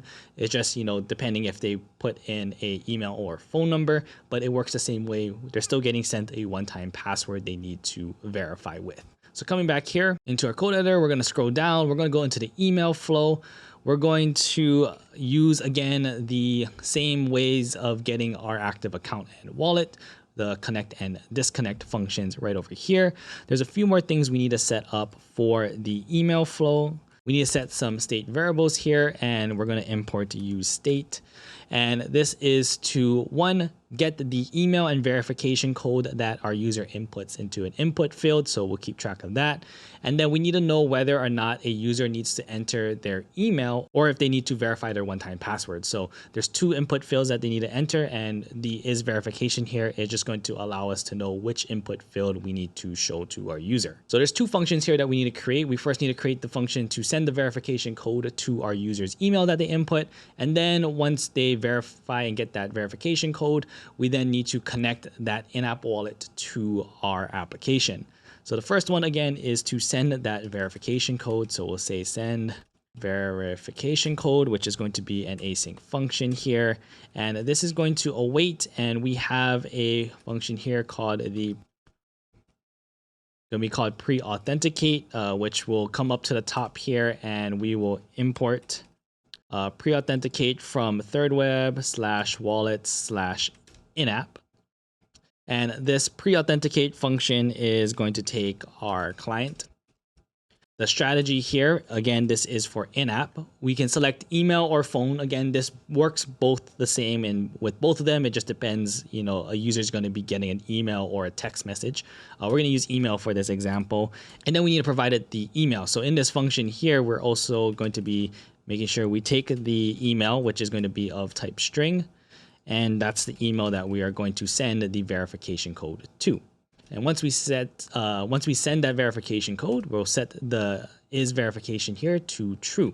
That way we'll then prompt the user to enter their verification code in the input instead of their email. And then the last function that we're going to create here is, again, the handling the login. So we're going to say, again, handle login. This is going to be an async function here. And this function is going to take, one, the email, which is going to be of type string, and the verification code, which is also going to be of type string. And just like we did in the other connects, we're going to await the connect function. We're going to create an async function in there. We're going to define the wallet, which is an in-app wallet. And we're going to connect that in-app wallet, this time using the email strategy. So we'll set the client, we'll set the strategy to email, and we're going to have to provide the email along with the verification code, which is going to be what they input into the input once they receive it. And then finally here, we'll return our wallet once it is connected. So down here, when we build the UI out, we're going to, again, check if there is an account connected. If there is a wallet and account connected, we're going to show a disconnect button, just like we have been. So in here, we'll show a button to disconnect. But if there isn't a wallet connected, we have to know if a user has to put in their email or the verification code. So depending if they are not verified, they'll have to put in their email here. So what we'll do is create an input field here that will have the value of our email state variable, and then they have a login button, and once they put in their email and hit log in, it's going to call the send verification code function that we created up here, provided the email that the user inputted, and then send them the OTP to that email. once that goes through, right over here, it sets the verification to true, and then they'll be prompted to the second input, which is inputting their verification code and then connecting the wallet. So in here, we'll have another input field. This is going to be for our verification code. They'll input the verification code, and then we'll have a button to verify, and this will run the handle login function here, which takes our email and verification code. We authenticate that, generate and connect them their in-app wallet here. After that, we'll set the email and set verification code back to empty strings, and we'll also set is verification back to false as well. So if we come back to our application here, so in here I can enter my email. I'll hit login. It's going to send me a verification code here. I'll input this in here. And then I hit verify. It'll verify, again, generate me and connect me to that in-app wallet. And then we have the ability to disconnect from the wallet that we just connected. And that is, again, how we can utilize the email with in-app wallets, and we can implement that into our custom flows as well. So again, we give you all the tools and everything to build your own login flow if you wanted to use email as your primary way of getting users onboarded onto your application. Next thing we're going to go over is Passkeys, and Passkeys utilizes in-app wallets as well. So coming down here, so right over here, we'll come down to the Passkey component here. We're going to make sure that we use the active account connected wallet, get the connect and disconnect functions here as well. Now in this one, we're going to create the function here to handle the login. So we're going to, again, create a handle login function. And we're going to await and connect. And this time we are going to define our wallet here. So we'll say a wallet is going to equal, again, an in-app wallet. Again, we'll be using an in-app wallet because Passkeys are part of the in-app wallet. But we'll also be checking to see if a user has a passkey. So we're going to say has passkey. Because if they have a passkey, we just need to verify their passkey and have them sign in. But if they don't have a passkey, then what we're going to do is verify with their passkey and then generate them a wallet. So we're going to say await, and we're going to use a has stored passkey function here, and we're going to provide it with our client. And this is going to let us know if a user has a stored passkey or not. And depending if they have a stored passkey, we're going to get our wallet and we're going to connect here. And again, we provide this with our client. This time we set the strategy here to passkey, and the type is what we have to provide. Now, if a user has a passkey, what we're going to do is sign them in using that passkey that they have stored. And if they don't have a stored passkey, we're going to say sign them up, and that's going to use that passkey, verify them, and generate them a wallet. And then finally there, we return the wallet. And for our UI here, again, we're going to show a disconnect button if there is an account and a connected wallet. And if there isn't, we're going to show a button that says sign in with passkey, and it on click will run our handle login function, which is the function that we just created right up here. So coming back to our application here, you can see I have a sign in with passkey. If I click on that, I'm going to get a password that I have to enter right over here because I'm screen recording. I don't have access to my fingerprint or anything right now. I hit enter. It's going to sign in with my passkey, and you can see right here, it logs me into that wallet. Again, is using the passkey. You can implement that into your login flows as well.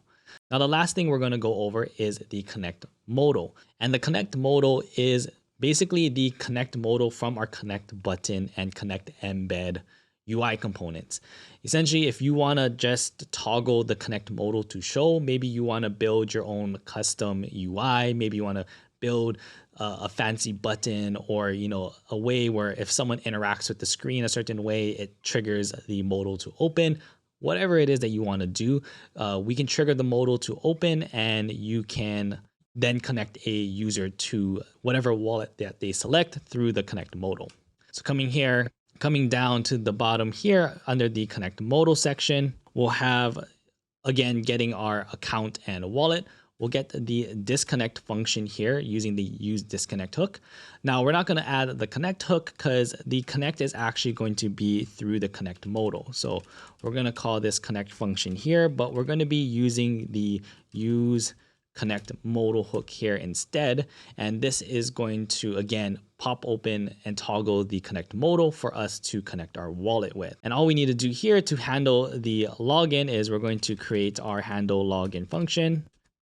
And all this is going to do is await and run our connect function, which is this connect function here using the use connect modal.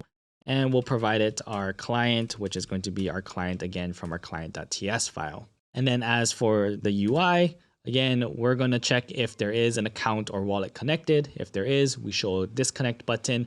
But if there isn't, this is where we can build whatever type of UI that we want. And for this one, I'm just making a simple button, and the on click is going to trigger the handle login, which is going to prompt open the connect modal here. So if I save that and come back to my application demo, you can see I have a green connect button. And when I click on it, it prompts open and toggles the connect modal. I can now use the connect modal that is a thirdweb connect SDK UI component, and I can connect my wallet, say like a MetaMask wallet or something.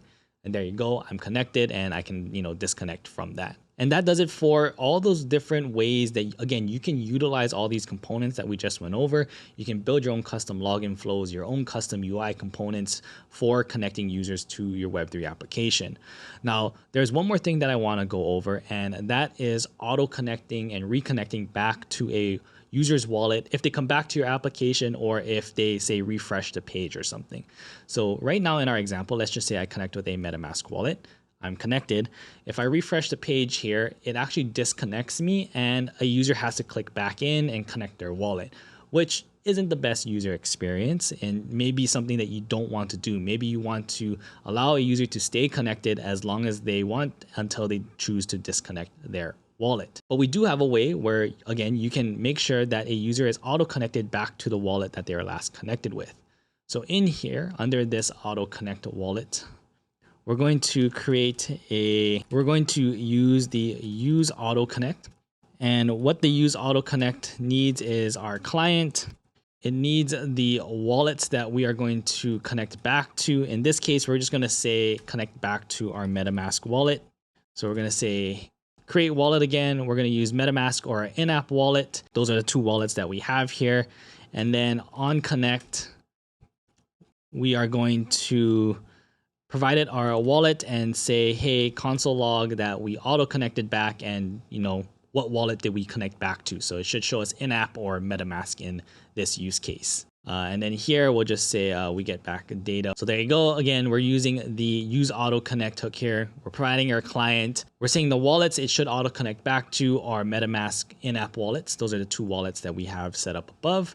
And then once it is connected, it should just log that it has been auto connected, and it should show us the type of wallet that was connected back.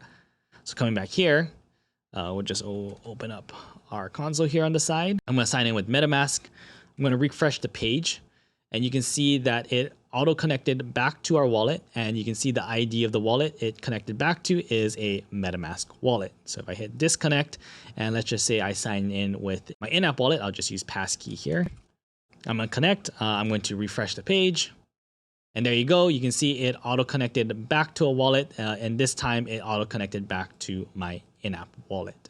So again, if you want to be able to auto-connect your user back to their last connected wallet, you want to make sure that you use the use auto-connect to allow that wallet to be reconnected back to your Web3 application. And there you have it. We went over a few different ways that you can build your very own custom connect flow. If you don't want to use things like our UI components with the connect button or the connect embed, you have the freedom and ability to build your own UI and your own components from scratch.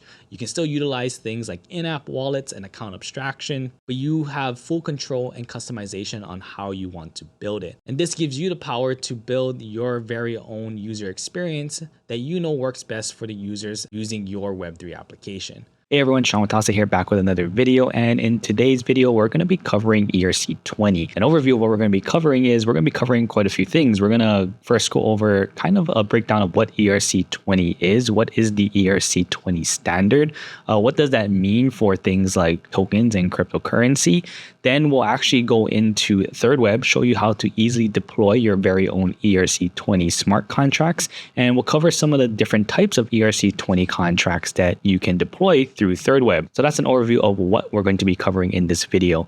Now, before we dive into the technical details of deploying an ERC20 smart contract, let's take a moment and let's understand what an ERC20 standard is. So ERC20 tokens are a type of cryptocurrency token on the blockchain.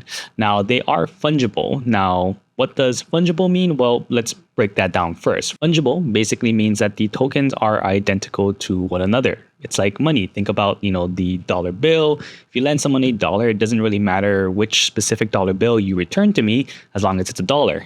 They are interchangeable. They hold the same value. Therefore, they are fungible. Now, let's talk about this use case when it comes to ERC20 tokens. One popular case could be maybe gaming, right? Let's say, imagine a game where a player can earn and purchase in-game currency. This currency can be an ERC20 token. Players can then trade these tokens with one another. They can use them to buy in-game items. They can even exchange them maybe for other cryptocurrencies or maybe even real fiat money outside of the game. The fungibility of the token makes it easy for these players to use them for different types of trades within the game. That could be kind of a real life case, but let's think of this more like a metaphor, and maybe it'll clear things up a little bit and make things a little easier to understand. We can think of ERC20 tokens like, let's say, a bag of marbles, where each marble inside the bag is the same size, color, and weight. And both, maybe you and I have a bag of marbles. We can now trade these marbles back and forth without caring which marble we're grabbing from the bag and which marble we're giving to each other. Because they are all the same, again, size, color, and weight, the value of these marbles are the same across all the marbles. And you can think of ERC20 tokens the same way. They allow you to, again, fungibly trade these tokens because they all share the same attributes and values across them. So again, to recap what ERC20 tokens are, they are fungible tokens on the blockchain. They are interchangeable, like dollars, or the example of marbles I gave, and they can be used in various use cases like gaming or even cryptocurrency or some type of digital currency, where the fungibility makes transactions simple and efficient. So now that we have a better understanding of what ERC20 tokens are, let's take a look at how we can deploy our very own ERC20 smart contracts using thirdweb. All right, so on my computer here, I'm actually on thirdweb's dashboard here. So once you go to thirdweb.com, you head over to the dashboard and you can connect your wallet here. We have a few tabs here, and what we're going to do is head on over to the contracts tab. In the contracts tab, you'll see a list of all the contracts that you have deployed before. And here in the top right, you'll see a blue button that says deploy a contract. So we're going to select that, and we're going to deploy ourselves a couple of ERC20 contracts. Now, there are two ERC20 contracts that I do want to go over. And the first one is going to be the token contract. And then the next one is going to be the token drop contract. Both of them are token contracts, and token for us basically defines the ERC20 smart contracts. And like we covered what ERC20 smart contracts and what the ERC20 standard is a little earlier, what I'm going to do now is explain the differences between a non-drop and a drop contract when it comes to deploying those different types of contracts using thirdweb. If we take a look at the token contract here, this is your standard ERC20 smart contract. You can see here the ERC20 standard, and you can see some of the use cases and everything on how you can use the ERC20 smart contract. You can create your own cryptocurrency, sell NFTs on a marketplace with your own custom token, kind of like the examples that we went over earlier when we were explaining what the ERC20 standard is. Now, what happens when you deploy yourself just a token smart contract and not a token drop smart contract? Well, that drop functionality is actually a claim condition functionality that you can add on top of an ERC20 smart contract. So whenever you see a smart contract here on thirdweb that says drop, it basically means you can add a claim condition. So what that claim condition means is let's just go back to this regular token contract here.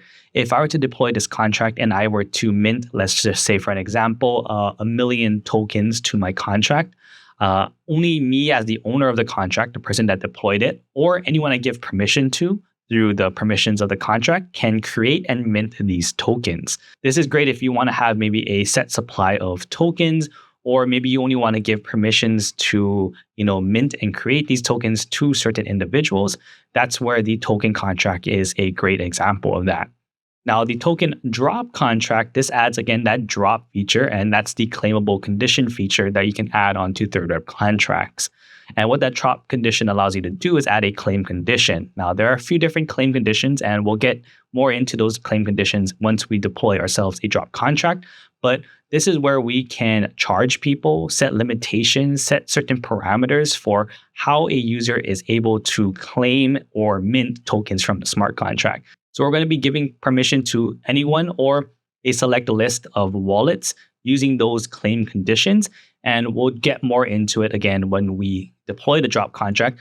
But just know that you expand the capabilities and the permissions to mint and create tokens outside of just the owner and the person who deployed the smart contract. So that's a little bit of the difference between a non-drop and a drop contract.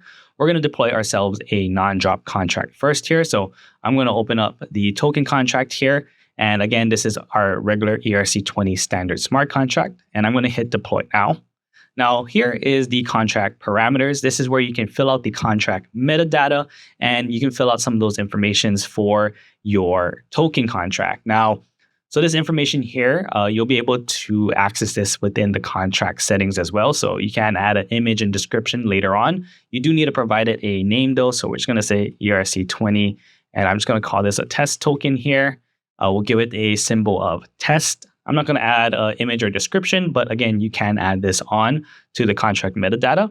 Just know that if you do add it on later, you will have to pay gas to change the settings and the data of the smart contract. So just keep that in mind. Down here at the bottom, you can see network and chain. You can select the dropdown, and you can select any network or chain that's EVM compatible to deploy your smart contract to.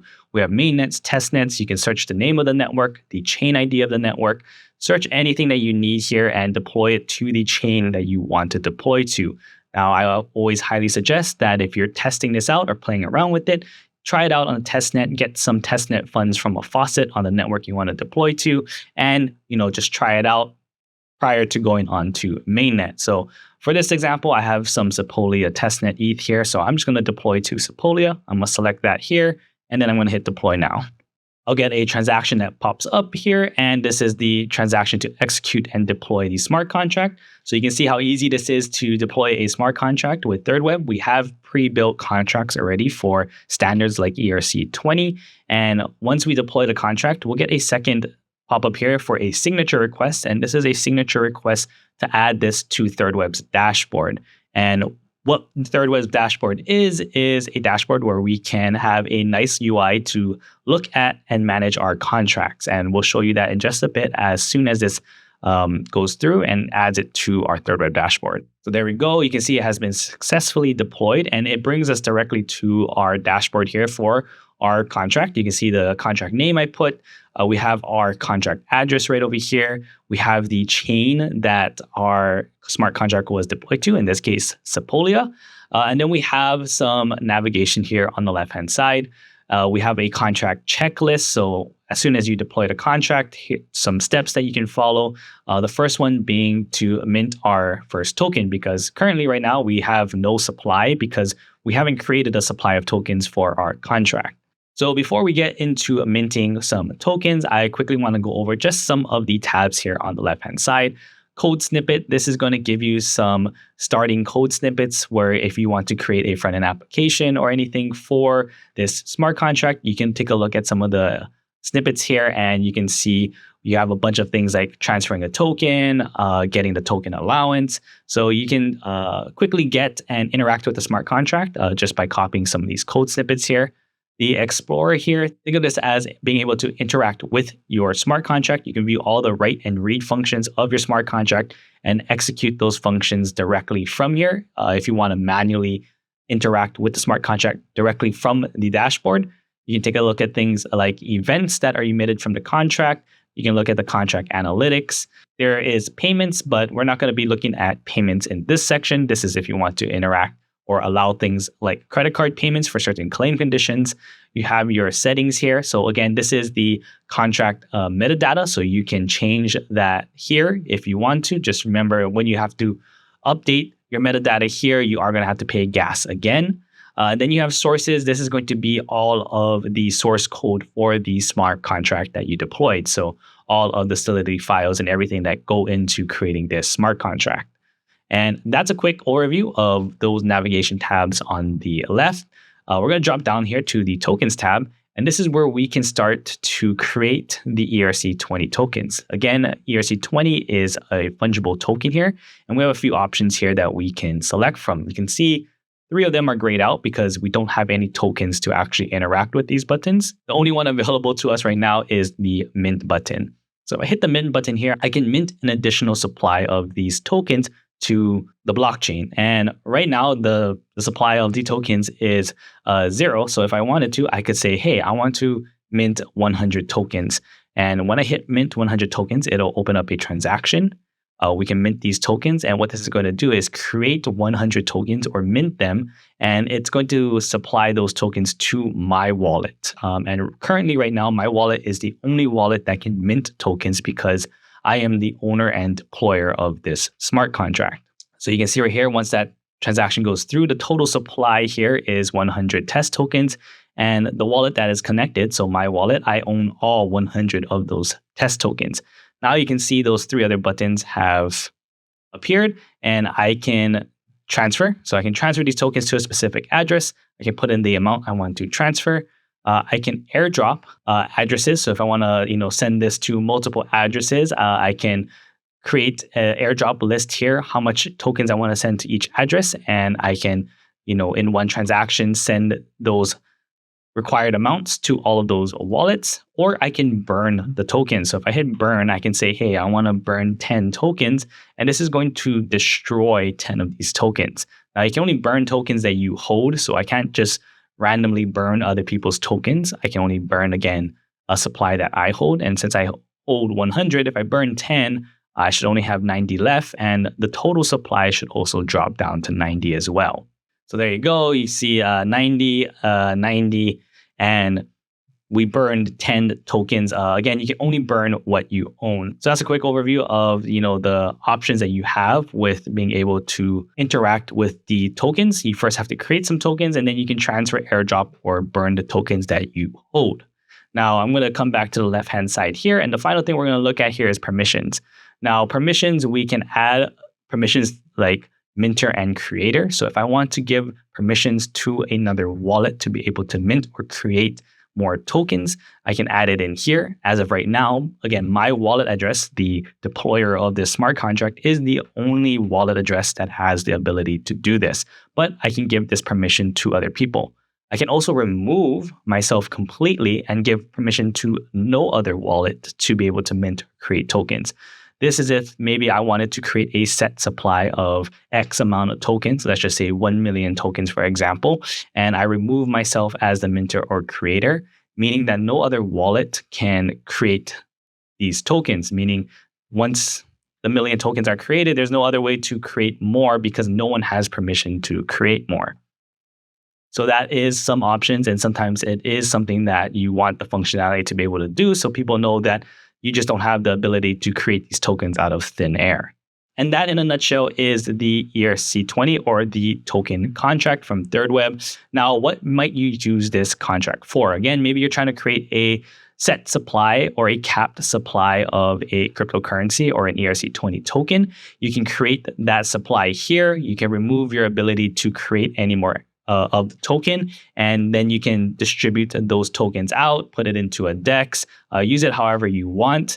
Other use cases could be for maybe a staking contract. Maybe you want to be able to reward tokens for someone staking another token. This can be your reward token. You can mint a supply, provide it to the contract, the staking contract, and then the staking contract can then distribute out those tokens. So there's a few use cases here. It's definitely, I would say, for the use cases where you want to have control of the supply of the token and how it's distributed. The next thing we're going to go over is the ERC20 or the token drop contract. And again, that has the claimable condition that we talked about earlier. So we're going to head back to the contracts here. We're going to hit deploy contract again. And this time we're going to scroll down to the drop section and we're going to click on the token drop. So the token drop is, again, the same ERC20 contract, but with a claim condition function that gets added to it. And you can see some of the use cases here. Maybe we're releasing a new ERC20 or cryptocurrency, but we want to charge someone in order to create or purchase this ERC20 token. So in this case, maybe we want to charge 1 Matic per token. So in order for someone to get 10 tokens, they're going to have to pay 10 Matic in order to get those 10 tokens. Or maybe you're using an in-app currency and you want to charge people, like if you're playing a game and you need to buy some gems or something in order to use in the game, you can use these ERC20 tokens as those gems. And the only way to get them is by charging your users to get these tokens. So if you want to be able to have, again, those claim conditions where you can charge people, you can set certain parameters on those claim conditions, then the token drop contract is probably the contract you want to go with. So the best way I like to put it is token contract is for when you want to be able to control the distribution of the token. Token drop contract is when you want to give the distribution and the claimable rights to the users to be able to claim how much tokens they want to claim. Same thing here. We're going to hit deploy now. We're going to choose a contract name. So we're just going to say token drop. We'll just call this a T drop for a symbol. You can, again, fill out the contract parameters to your liking. You can select the drop down here, select the chain that you want to deploy to. Once all of that's selected, you hit deploy now. Confirm the transaction to deploy your contract, and then we'll get that second pop-up again with the signature request to add it to our thirdweb dashboard. Once we get to that request here, we can just sign that request. It'll add it to our dashboard. And then we'll take a look at our token drop contract and we'll go through some of the differences and new things that you might see compared to the regular token contract. So you see the similar things like the contract checklist, although it does have an extra task here of setting a claim condition, which we'll go over in a bit. You have all of your navigations here, code snippets, Explorer, events, analytics, payments, settings, and sources. You have your tokens here, so you can, again, look at the total supply, how much you own. But you'll see something else that gets added here, which is called claim conditions. And again, what these claim conditions are is we can set certain conditions controlling how our users are able to claim this token. So we hit add a phase here. We have different phases that we can add. As of right now, there is no way to claim this token. Not even the deployer of the contract can claim the token. No one can claim the token because there is no condition set to claim it. So by adding a phase here, we'll start from the bottom and go up. Only owner, and you can hover over the info icon here to learn a little bit more about that claim condition phase. But only owner sets it so that only the owner or the deployer of the contract has the ability to claim the tokens. So maybe before you open this up for anyone to be able to claim tokens, maybe you want to be able to claim some tokens for yourself to distribute on your own.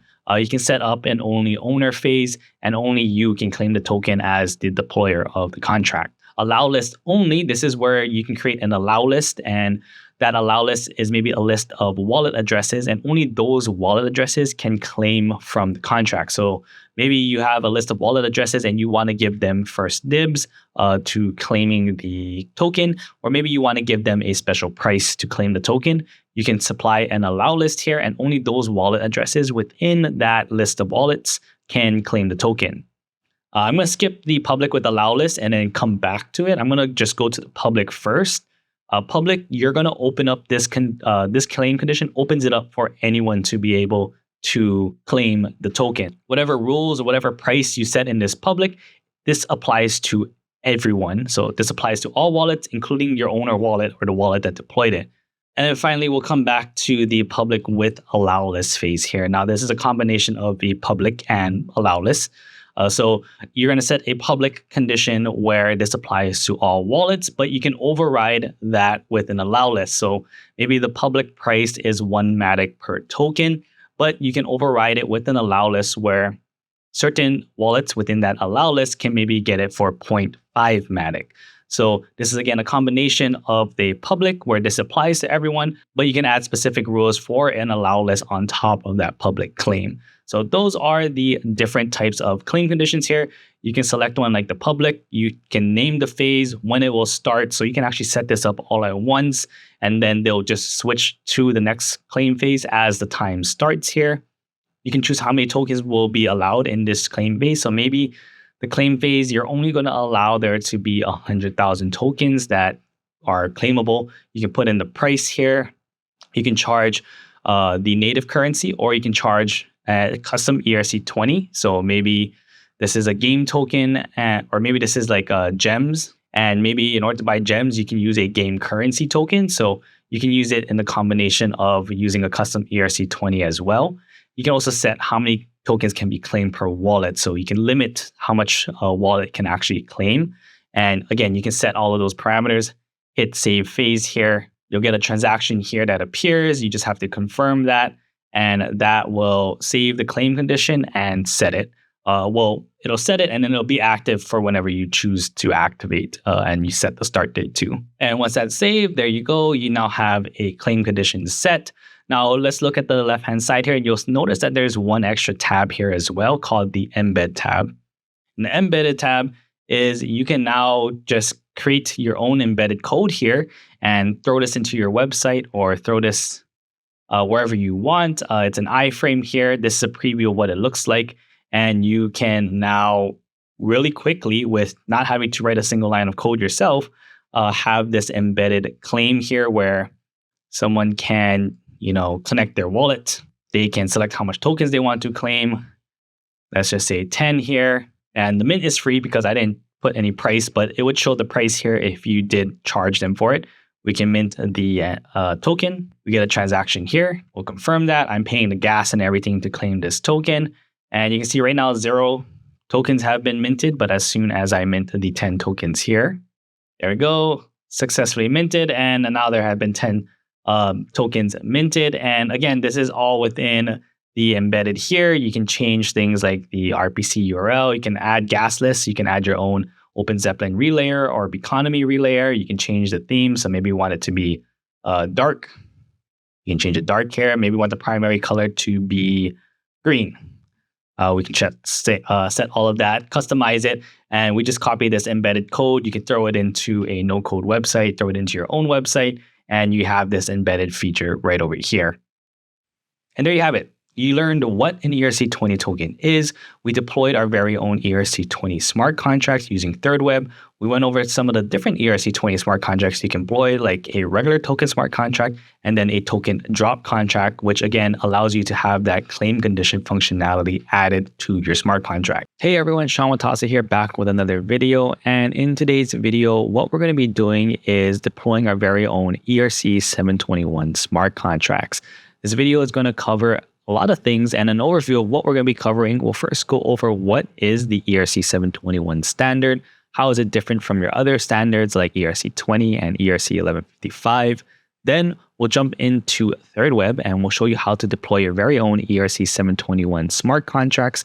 We'll go through some of the different ERC 721 smart contracts that you can deploy easily using thirdweb and what some of the different use cases for those smart contracts can be and why you would choose one over another. And that is, again, a quick overview of what we're going to be going over in this video.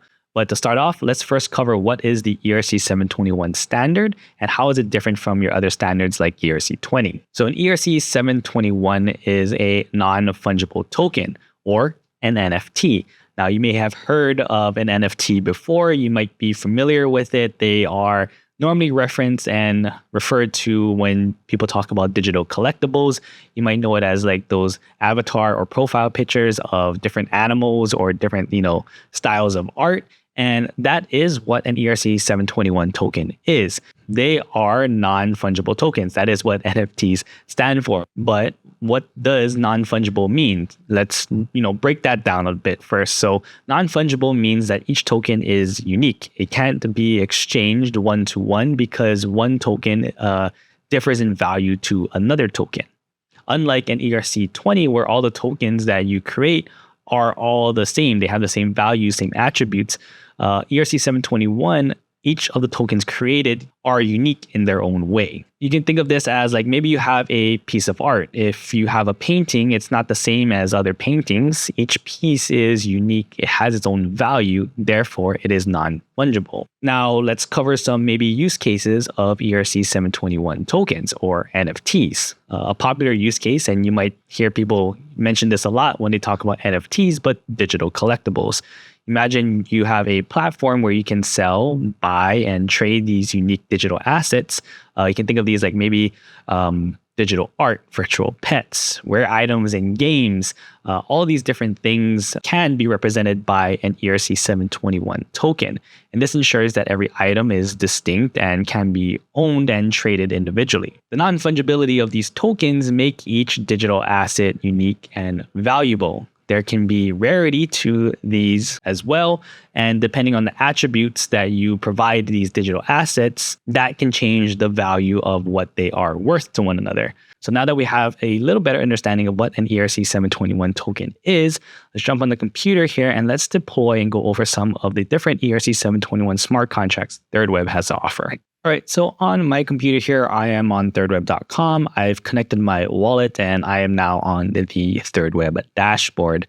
From here, we have our different tabs here, and we're going to head on over to the contracts tab.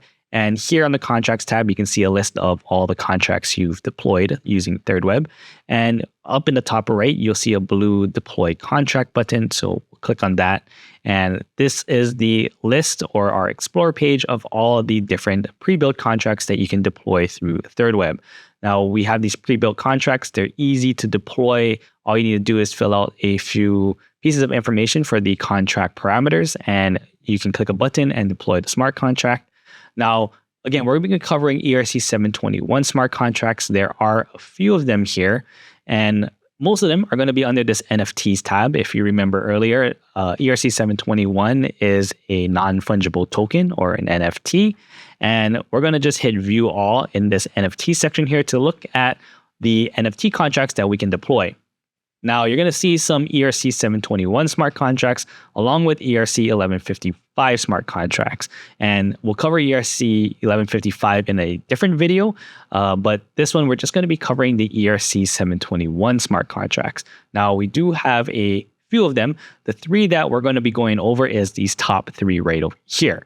We're going to go over the NFT collection, which is your standard ERC 721 smart contract. We're going to be going over the NFT drop contract. This is going to be a contract that maybe you're more familiar with, but it's an ERC 721 smart contract with the ability for other people to claim ERC 721 NFTs from the contract. So this is like your traditional NFT drop.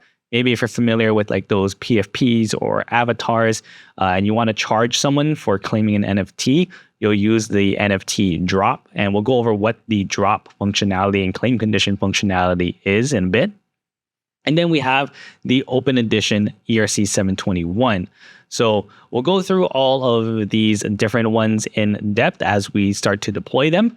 But we'll start off here with the NFT collection. So if I click on this, you can see this is an ERC 721 smart contract. You can see some of the use cases and examples of why you might want to use this smart contract. You can create a one of many collection for maybe like your photography or your artwork. You can create a one of one NFT collection.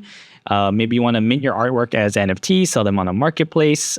These are going to be for you to create these, again, unique NFTs. And the difference is only you as the deployer and owner of this smart contract are going to be able to create these NFTs for the smart contract. If you look at the NFT drop, which we'll deploy next, you'll be able to allow other people to claim and mint these NFTs. But the NFT collection here, this is only strictly for if you, the owner, wants to be able to have the sole permission to mint and create these NFTs. So what we'll do is hit the deploy now in the top right. You'll see you can fill out your contract parameters here from the name. We'll just call this our NFT collection. Symbol, we'll just call this NFT. You can add a contract image, a description. Now you can also set the royalties and primary sales. So royalties, this is for if you sell your NFT on a secondary market. This is the wallet address that the royalties are going to go to, and you can set the percentage of royalties here. So if the marketplace that you're selling supports royalties, this is what it's going to be taking, and that's where it's going to be sending the royalties to. You have primary sales. So this is going to be the initial sales of NFTs. This is the wallet address that it gets sent to. Now down here at the bottom, you'll see network and chains where you can select the dropdown and you can select any EVM compatible blockchain. You can select mainnet, testnet. So you can just search the network name or put the chain ID in here. And you can again deploy the smart contract to any EVM compatible blockchain out there. So we make it super easy for you to deploy your very own NFT or ERC-721 smart contracts. Now I have some Sepolia ETH here, so I'm just going to click on Sepolia. And I highly suggest that you deploy your smart contracts to a testnet first, try it out, get some testnet funds, and test out deploying these smart contracts before you go to mainnet. But once you have everything filled out here, go ahead and hit deploy now. You'll get a pop-up here. This is going to give you the transaction here to deploy your smart contract. So you're just going to have to pay for the gas. I'm going to hit confirm. Then we'll get another pop-up here. This is going to be a signature request for adding your contract to your thirdweb dashboard. Now, our dashboard gives you a really user-friendly UI to manage and execute and interact with your smart contracts. So you're just going to assign that right over there. And once that is successfully deployed, you'll be brought to your contract dashboard. You'll see here the name of your contract, the chain that you deployed it to, your contract address here. You can copy that. You have a contract checklist, so you can see we already deployed our contract. The next thing to do is to mint our own NFTs, which we'll go over in just a bit. But we'll first go over some of the other navigations here on the left. So this is your overview page. This gives you a very general overview of your smart contract from the analytics, the latest events and everything. You can look at code snippets. So if you're looking to build or interact with the smart contract through our SDK, we have TypeScript, React. You can use this in Unity, React Native. You'll have all the code snippets and everything here to kind of get you started. So you can see if we want to transfer an NFT, this is the code snippet here. You can copy that. You can start building out your front-end applications for interacting with your smart contract. Below that, we have the Explorer tab. This is where you can actually interact with your smart contract. You can view all of the write and read functions. You can execute these write functions here. You can think of it as how you interact with your smart contract through something like a block explorer. You can mint, you can do and execute any of those functions from the smart contract directly right here in your dashboard. Below that, you have events. So all the events that get emitted to the blockchain through the smart contract will be viewable here. You have analytics as well, so you can view things like unique wallets, total transactions, and you can view the analytics of your smart contract. We have payments here, so this is if you want to enable credit card checkout, you can enable that here. We have your settings, so if you want to add or change the contract metadata, you can change that here. When you update it, just know that you have to pay for gas again. So if you want to set it up again beforehand, like when we deploy the smart contract, you can do it there. If not, you'll just have to configure it right here in your settings. We have your sources tab. This is going to give you all of the Solidity code here that is used to create this smart contract. So you can, open it up and view all of the Solidity code here if you want. And then if we drop down here into the bottom, we have our NFTs tab. And this is where we can start creating our NFTs for our collection. So right over here, I can mint an NFT. I can now create the NFT that I want by providing it a name, the media. This can be an image, MP3, MP4. You can, I think there's a list of different media types that you can put in here: 3D model, PDF, HTML, whatever you want the NFT to be. So how an NFT or an ERC-721 works is attached to the token is a reference to a piece of metadata. And that metadata is going to include things like the name, the reference to the image or the media file is going to have a description. You can add attributes to it. And that is what connects the attributes and the description of the NFT to the token. It's this piece of metadata here. So a lot of people think that the ERC-721 or an NFT is like a picture. And that's the common misconception that majority of the world, I think, or majority of people who kind of got their first taste of NFTs as, these pictures of monkeys that were selling for hundreds of thousands of dollars. That isn't technically the NFT itself. The NFT is the token that is minted and created on the blockchain. The image and the media is just what that token is referencing to, and that's just the visual aspect that people can see when they are interacting and when they see an NFT. So again, you can create your own NFTs here. You can just add a name. So just say we can upload a file. So let me just take like our little blob friend here. You can add a description. You can add properties and traits, and then you can mint the NFT. And what this is going to do, it's going to create this NFT. It's going to create that ERC-721 token. It's going to create the metadata and link that token to this piece of metadata here. We'll confirm that to mint it. And this NFT will then be minted to my own personal wallet. From here, I can, list the NFT for sale on a marketplace, maybe OpenSea, Rarible, and then I can put a price onto it, and people can then, purchase this NFT on those marketplaces. Or if you want, we actually have marketplace contracts, and you can deploy your own and build your own marketplace to sell your own NFTs. So there you go. You can see now we have our NFT. We have the token ID, which starts at an index of 0 and goes up from there. You have your media, which is our image of our blob friend here, the name that I gave it, and then the owner. So the owner is my wallet address that deployed the smart contract because I'm the creator of the NFT. And again, from there, we now have an NFT that we can list on different marketplaces, and we can use it however we want to. Down here at the bottom, below the NFTs tab, there's the permissions tab. This is where we can give permission to other wallets to be able to create NFTs. So maybe I have a team of artists or a team of people who want to create NFTs for this smart contract.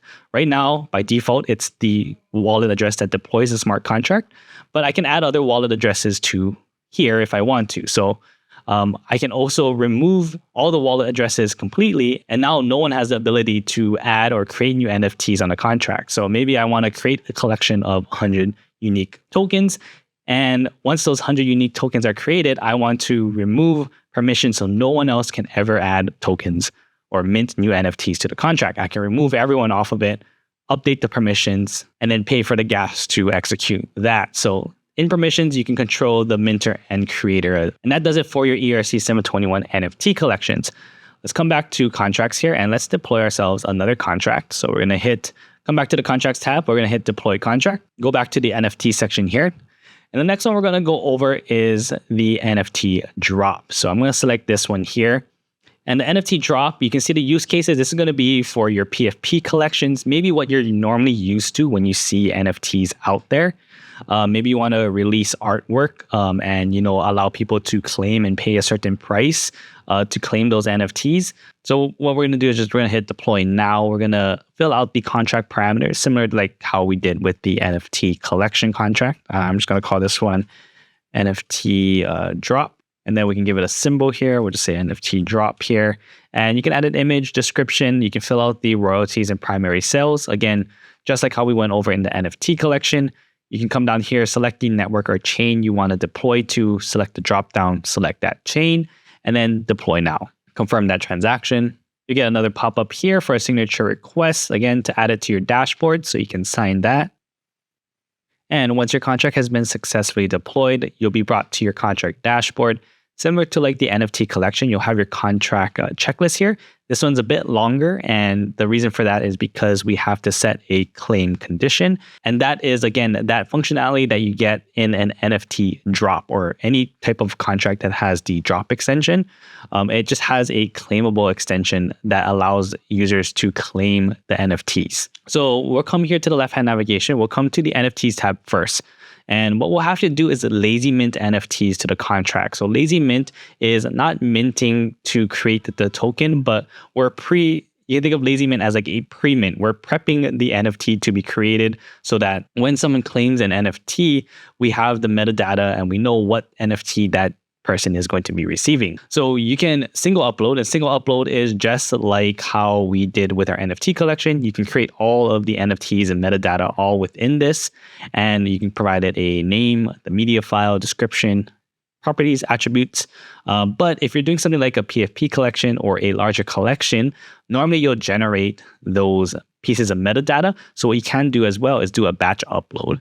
You have example CSV and JSON files here, so you can download those and you can upload all 100, all 500, all 10,000 of the pieces of metadata that you want in your NFT collection. You can just drop those files in here and then you'll be able to lazy mint them to your contract. On the left-hand side here, you'll see a few different things. So what I'm going to do actually is let's just lazy mint one NFT here. Let me just add in our blob friend here and lazy mint this to our contract. So we can, see an example of everything we're going to go through here. So let me just confirm this transaction right here. All right. So very similar to how we created our NFT collection contract, or the non-drop version of our ERC 721 contract. And once we lazy mint this NFT here, so you'll see that that was a lazy mint, not a mint like the NFT collection contract. So we have our token ID, we have our media type, the name, similar to like how we had before. But the owner is no one. The owner is null right now. This NFT hasn't been fully created and sent to a wallet address. In our previous ERC 721 contract, when we created and minted the NFT, it was automatically put into our wallet and created for us. This one, again, is a lazy mint, or kind of like a pre-mint, where we're prepping the metadata of the NFT for when someone does actually claim it. So I have one NFT in here. We'll come down here to the claim conditions. And the claim conditions, this is the features that you get with the drop functionality. Now, there are different conditions that you can set up, and we'll quickly go through them. So only owner, and you can hover over the information icon here for a little snippet about what it is. Only owner means that only the owner or deployer of the contract has the ability to claim the NFT. Example of this is you have maybe a collection of a 10,000 PFP project that you want to launch, and you want to claim a certain set amount for maybe distribution or for your team members. You can set the first claim phase to only owner. You can deploy the contract, get everything set. Only you as the owner will be able to claim maybe the first 25 NFTs or 100 NFTs, and then you can set it to the following claim phases. And those claim phases, the next one will be like an allow list. So this is where you can have a list of wallet addresses, and only those wallet addresses will be able to claim. So if you want to, again, create a list through whatever means to collect those wallet addresses, you can provide it with the wallet addresses, and only those wallet addresses will be able to claim. We're going to skip up to the public one, and then we'll come back to this public with allow list. But the public, this is going to apply to all wallets. So public means it's open to the public. You can set prices, you can set claim limits, but anyone will be able to claim within this phase. Then there's a public with allow list. This is still a public claim phase, but you can override certain things with an allow list. So let's just say in the public with allow list, the public price is 10 Matic, right? Let's just use that as an example. But maybe if there is a list of wallets in our allow list that can purchase the NFTs for 5 Matic. So the allow list will overwrite the public parameters that we input for the public with allow list. So those are the 4 different claim conditions. Once you select one, I'll just select a public one for an example. You put in the name of the phase, when it's going to start. So you can set up multiple claim phases, and then it'll just roll into the next one depending on the start time and date. You can put how many NFTs will be in this phase. So maybe with the allow list one, it's an allow list, but it's for the first 100 people. You can just say 100 NFTs here. You can put in a price, and you can also put in how many NFTs per wallet can be claimed. So once you set everything up, you just hit save phase. You'll get a transaction that appears. You just have to confirm and pay for the gas. There you go. And now we have a claim condition set. So again, this is what the drop functionality allows you to do. Again, you set up all your NFTs here. You can upload all your NFTs, set the claim conditions. Now there is one extra tab here that you see that we didn't have on the previous NFT collection smart contract, and that's the Embed button. And the Embed button allows you to create your own embed, which it'll give you a preview down here, and you can then plug this embed into your own website, wherever you want to put it. You can customize it right over here. So you can add gasless if you want to do Open Zeppelin relayer or Beconomy relayer. You can select your theme. So we can say dark. You can see the preview down here, or we can set the primary color. Let's just say blue to match our little blue blob friend. And you can just copy this iframe right over here, plug it into wherever you want. Again, this is going to give you a full embed. So you can see here, we have only one NFT, 0 has been minted, but we have to connect our wallet. So we can connect a MetaMask wallet here. Once we're connected, you can see we can mint one NFT. It's free because we didn't put a price in here. So let's just claim this. And you get a transaction here. You can see we're going to claim the token ID 0. We'll confirm that, pay the gas. And once we claim the NFT, you'll see 1 out of 1 here. So again, you can take this embed, plug it into wherever you want to, and you can, launch your NFT collection as easy as that. There you go. You can see we successfully minted, and now it is sold out because, again, we only had one NFT. But there you go. We can close that, and there you have it. Again, you can copy and paste this embed wherever you want to. And that does it and covers the NFT drop. Now we're going to go over one last ERC 721 contract. I'm going to open up the contracts tab again, and we're going to go to deploy contract. And the final one that we're going to go over is this open edition ERC 721. So what is an open edition ERC 721? An open edition ERC 721 is similar to like the NFT drop smart contract, but instead of creating different NFTs for each of the tokens, all the tokens are going to share the same metadata. So you set one singular metadata, and every token minted is going to share that metadata. So this is great for things like maybe like a concert ticket, or maybe you want to launch something that NFT, and all the NFTs are going to look the same and have the same attributes. But maybe you don't want something like an ERC 1155. You still want an ERC 721, but you want to share that metadata instead of you having to, duplicate the same metadata over and over and batch upload it. You can just set that metadata once, and then all the tokens minted will always share that same metadata. We'll go over an example of this. We'll deploy this smart contract. We'll just call this our open NFT, and we'll just say open. Again, setting up your contract parameters, selecting your chain and everything. I'm going to hit deploy now. Now you're going to see there's one extra step here, and that's called setting your NFT metadata. So we're going to have to confirm through 2 transactions here. So there you go.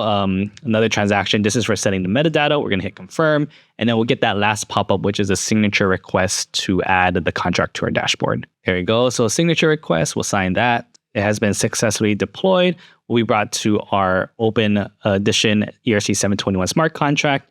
And you can see here, NFT metadata is set. It's preset with a blank metadata. So we still have to set that up. And then we need to set up our claim condition. So we're going to come over to the NFTs tab, and you'll see a button here that we haven't seen previously in the other smart contracts. And that's the set NFT metadata.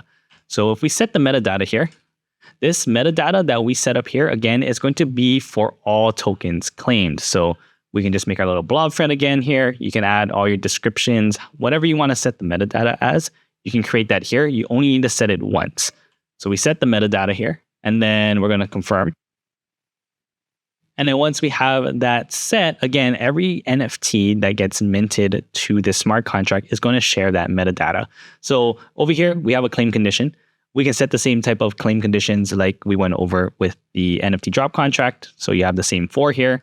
I'm just going to set up a public one and not charge anything. We're going to save that. And this is just, again, so we can test out this claiming, and I can show you what I mean by every NFT is going to share the same metadata. So once that is saved, we can come down to the embed section here just to test out our NFT claims.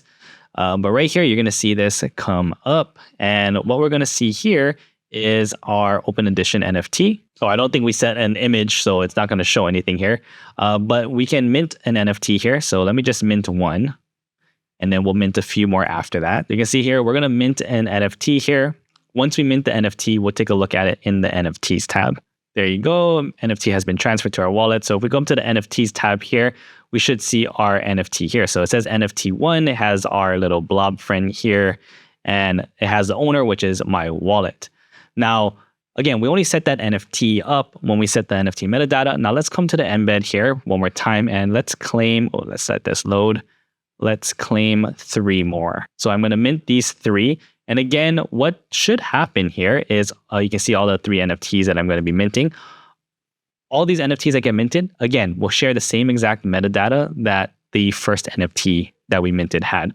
So every single NFT in this collection is going to have the same attributes. It's going to have the same metadata, but they are going to be ERC 721 tokens. Instead of me having to, create 10,000 of the same metadatas and, upload 10,000 of those metadatas, I can just set one metadata and every token references the same piece of metadata. So once this finishes claiming here, there we go.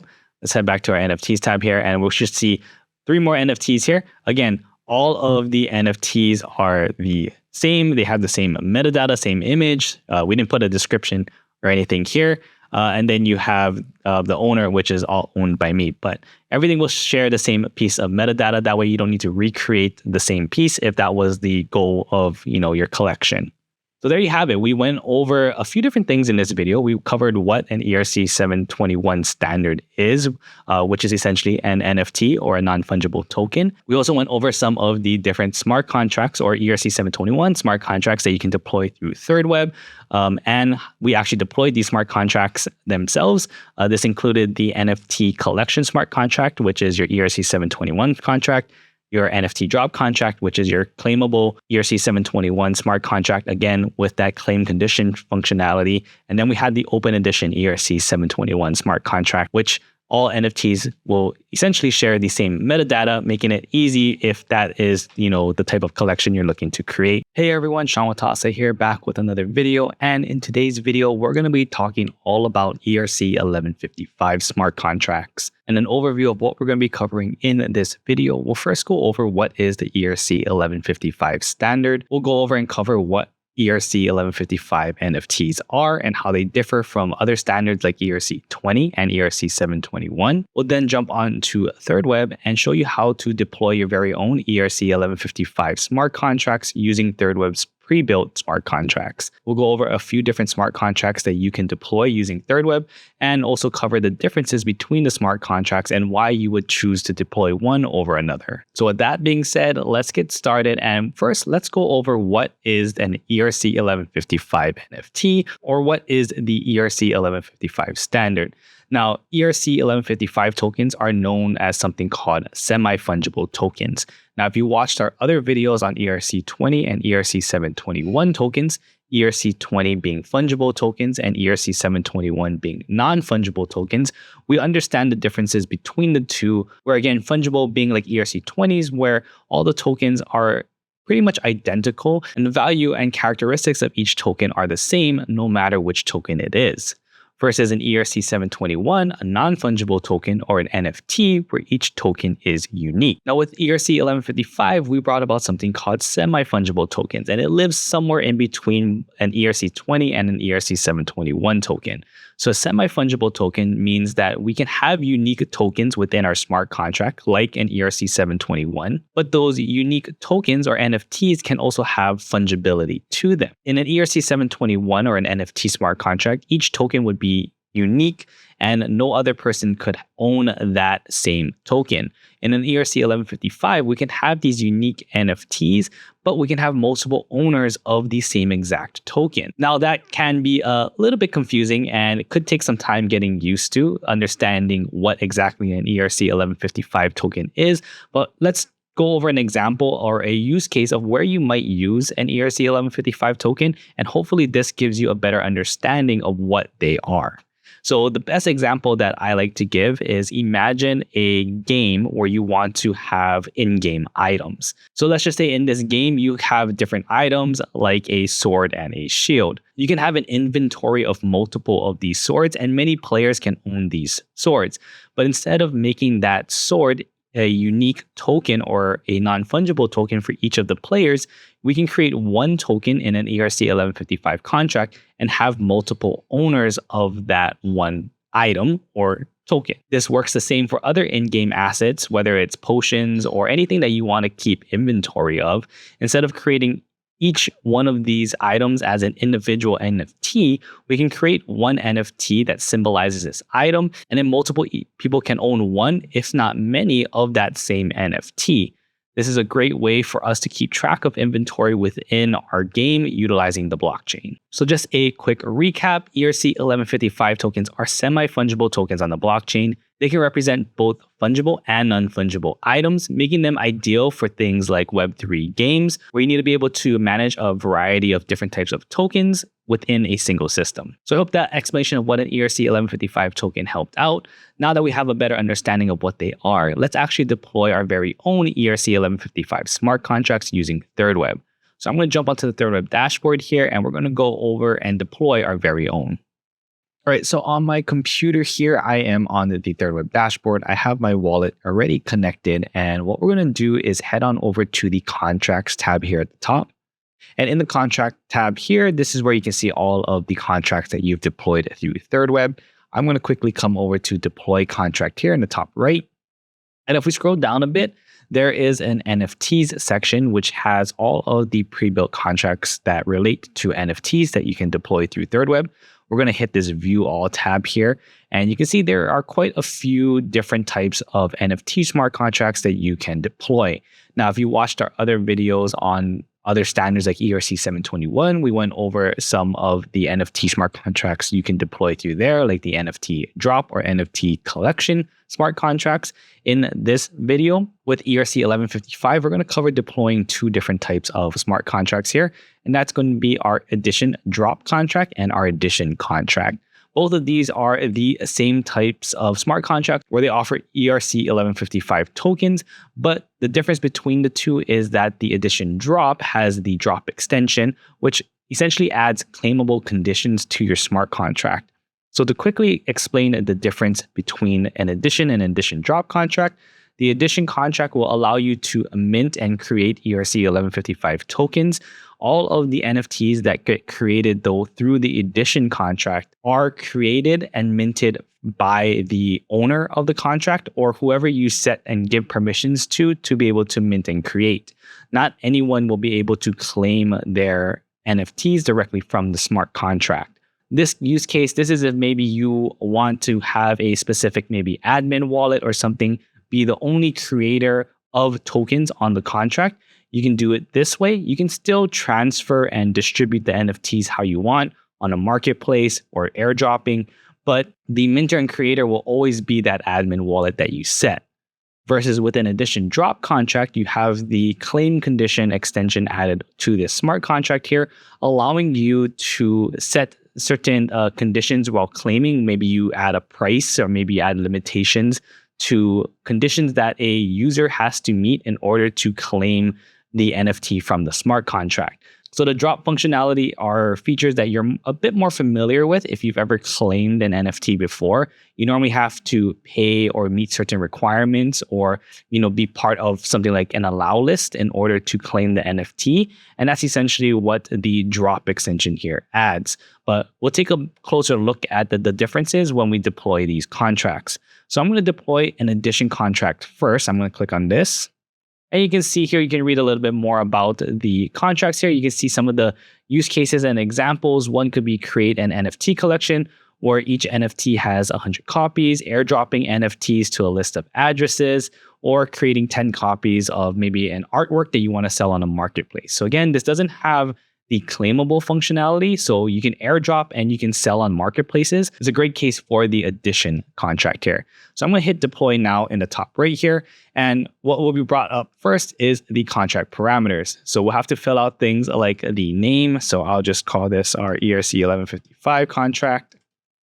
You can give it a symbol. I'm just going to say test 1155. And you can add a description. You can also drop in an image here. Maybe this is going to be our artwork here. So I'll just have a little blob. You can set your royalties. If you're going to be selling this on like a secondary marketplace, you can set the royalties here, the percentage of the royalties, the wallet address that the royalties should be sent to. And then if you scroll down to the very bottom here, you'll see network and chain. Now, this is where you can set the blockchain you want to deploy your smart contract to. So if we hit this drop down here, you'll see you can select a network. Now with thirdweb, we support any EVM compatible blockchain. This includes mainnets and testnets. You can search the chain name here or just type in the chain ID and you can select the network or chain that you want to deploy to. So let's just say in this case, I want to just deploy to the Sepolia testnet. I'll get a message here saying for me to switch to that proper network. And once I'm switched, I have Sepolia here confirmed and then I can hit deploy now. And what this will do is bring up a transaction here in our wallet for us to pay gas to deploy the smart contract. So right over here, I have my gas that I need to confirm. We'll confirm that it's deploying now this contract to the Sepolia blockchain. Next, we're going to get another pop-up for a signature request. And this is for us to be able to add this contract to the thirdweb dashboard, where we'll be able to easily maintain and manage the smart contract. So right over here, you can see we have a signature request coming from thirdweb. We'll sign this here. And this will create us a contract dashboard for us on thirdweb's dashboard, where again, we can manage this contract, and we'll take a look at that once this finishes. All right, and we successfully deployed our smart contract here. It's going to bring you over to your contract dashboard. You can see here, this is our ERC 1155 contract. You have your contract address, some of the metadata of our contract, like the image and everything. And if we look down here, we have our contract checklist. We already deployed our contract. The next thing we need to do is mint our first NFT. And we'll do that in just a bit, but I want to quickly go over the side navigation here. We have the overview. This is going to give you an overview of the contract address, some analytics on the contract, some of the latest events, the permissions, and you can quickly navigate into those different areas as well, which are right here on the left. You have code snippets. So if you're building a application with this smart contract, you can look at the code snippets on how to interact with this contract and how to quickly get started. The Explorer tab here, you can think of this like a block explorer, where you have the ability to view all the write and read functions of your smart contract. You can execute functions directly from here. You can read your smart contract and get information from the smart contract here, like next token ID to mint is 0. And again, you can execute your smart contract functions directly from the thirdweb dashboard here using the Explorer. Right down here below that is your events. So any of the events from your smart contract that get emitted to the blockchain, you'll be able to view all of those events here. We have analytics, so we will be able to view the interactions or transactions that happen on your smart contract, the amount of unique wallets that have interacted with it, the total number of events. So as you start to use the smart contract, you'll be able to view the analytics of it. We also have the payments tab here. This is if you want to enable things like the credit card checkout through thirdweb. You can enable payments and go through that process. Then you have your settings tab here. This is where you'll be able to configure the contract metadata that we had set previously, and also set some of the different recipient addresses for things like primary sale, royalties, platform fees. So basically, if you need to re-edit the contract parameters that you entered before deploying it, you can come into the settings tab and set those here. Below that, you have your sources tab. This is going to be all the Solidity files and source files here that create this smart contract. So you can go through if you want to read all the different Solidity contracts that make up this contract here. And then below that, this is the NFTs tab. And this is where we can set up our NFTs for this smart contract. We have a mint button right up here. So let's go ahead and create our first NFT. So I'm going to hit mint, and let me just call this NFT number 1. We'll give it an image, which is our blob friend here. And then we can select the initial supply. So this is going to be, again, the initial supply of this NFT. Maybe we say 10. Now, when we hit mint, all 10 of these NFTs are going to be minted directly to our wallet. And because we are the owner and admin of this smart contract, again, we are the only ones that can create the NFTs on this smart contract. And all NFTs that are minted go directly to our wallet first. So that's what the initial supply is here. We can add properties and traits, and you can configure your metadata of your NFT here on this screen. So let's say we want to mint this NFT with an initial supply of 10. We're going to hit mint NFT. We'll then get a pop-up here to confirm the transaction to mint those 10 NFTs. And once that is done, you can see here that we have our first NFT, and you can see the initial supply here is 10. And again, ERC 1155 NFTs are semi-fungible NFTs. So we have one unique token here, which is token ID 0, but we can have multiple owners of that specific token. In this case, we have 10 NFTs, or a supply of 10. So we have 10 of these unique versions of token ID 0. We mint another NFT here. So let's just say NFT number 2. And we give this another item or image here. Let's just say it's a sword for a game item. And maybe we have 20 for this one. We can mint this NFT. And this is going to be a separate NFT from our blob character here. So let me just confirm this. But it in itself is going to be able to have 20 copies of the token ID 1, which is this NFT right over here. So again, ERC 1155s are a combination of ERC 721 and ERC 20s, which is why they're considered semi-fungible tokens. They're not fully fungible. They're not fully non-fungible. They're kind of an in-between of them both. And here you can see we have token ID 1, which is another unique NFT, but we have a supply of 20. So again, this could be a great instance or use case for an in-game item where the item is the same, right? We don't need unique tokens for each one of these items because they share the same attributes. Now, maybe you want to make an item that is upgradable. In that case, you may want to use an ERC 721 because if someone upgrades their item, that one item now becomes unique and different from the other items. So again, like if we had a sword here and let's just say you use something on the sword to give it a plus 10 attack, you may not want to use an ERC 1155 for this because that means every single one of these swords will have a plus attack attached to it. But if you have unique NFTs like the ERC 721, a user can then manipulate and change the data on that specific token that's unique to their own. Whereas in ERC 1155, all of these tokens, again, are going to share the same attributes as one another. So that's one thing to keep in mind when choosing between an ERC 1155 and an ERC 721. If you want to be able to manipulate the metadata or a user has the ability to manipulate the metadata of their token, you may want to use an ERC 721 because again, that is a unique token that can be changed. Whereas in 1155, that change will apply to all the tokens within that, no matter who the owner is. So one thing to keep in mind when doing that.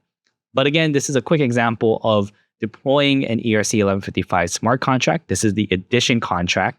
Now, one last tab that we have down here is a permissions tab. And if we click on that, this is where you can add admins. You can add different wallets as minters or creators. You can select if a NFT is transferable or non-transferable. So this is where you can edit and change any of those permissions here. You just simply add in the wallet address, hit add address, and then you will have to update the permission, pay for the gas, because this is going to be written to the smart contract.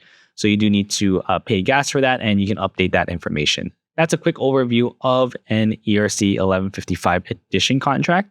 Now we're going to head back to the contracts tab. We're going to go to deploy contract one more time. And this time we're going to scroll down and we're going to deploy ourselves an addition drop contract.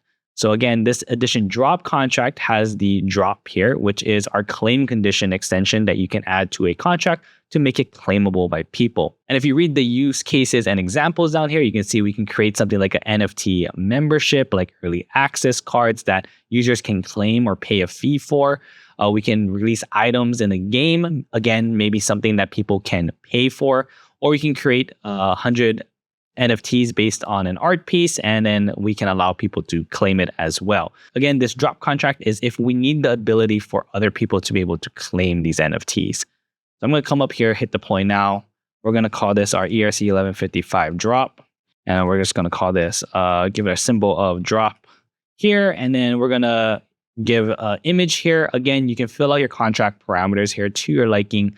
Down here at the network or chain, select the drop down, select the chain that you want to deploy the smart contract to, and then hit deploy now. What we brought up with our transaction here, we'll confirm that transaction to pay the gas to deploy our smart contract, and then we'll get our second pop-up here for the signature request, again, to add it to our thirdweb dashboard. There's our signature request. Let's sign that to add it to our dashboard. And there we go. We have that successfully deployed. So again, the contract is going to look very similar to the regular addition contract that we deployed. Again, this is going to be our addition drop contract. And the navigation on the side is going to look the same like our addition contract, but there are some few changes. So one change down here, you're going to see Embed, which we're going to go over in a bit. But if we go to our NFTs here, you're going to see single and batch upload. Now, what we're going to be able to do is upload and set the metadata for our tokens. Now, this isn't going to mint the NFTs to our wallet. Again, we're giving the ability to mint and claim to users, so other wallets on top of our smart contract. And I'm just going to do a single upload here really quick. We're going to call this NFT, or actually we'll call this sword, and we'll use the game items as an example. So maybe this is our sword here. We can add a description, some property and traits, and we're going to just lazy mint this. You can see here, we don't need to set a quantity like we did in the addition contract. We just need to lazy mint our NFT. So I'm going to confirm that. We're going to lazy mint our sword, and then I'm going to lazy mint one more NFT after this for our shield. Right, so there you go. We have our sword, and let's do one more again for our shield. And we'll get our shield image here. And I'm going to lazy mint this as well here. Again, we don't need to set a quantity that we want to mint because we're not minting this NFT. We're lazy minting and essentially just setting the metadata of the NFT of what it's supposed to be. So hit confirm that transaction to lazy mint this NFT's metadata. And there you go. We now have two NFTs here. We have token ID 0, which is our sword. We have token ID 1, which is our shield. And maybe these are, again, our examples of our in-game items for our Web3 game. Now, you'll notice that if you watched our ERC 721 videos, there was a tab here to set the claim conditions. Now, the claim conditions in an ERC 721 are applied to all of the tokens within the contract. Where ERC 1155 differs from that is each token can technically have its own set of claim conditions, right? So maybe we want to charge 10 tokens for the sword, but we want to charge 15 tokens for the shield.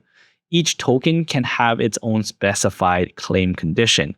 So what we have to do in order to set the claim conditions for these specific tokens is to click on one of them. So let's just click on the sword NFT here.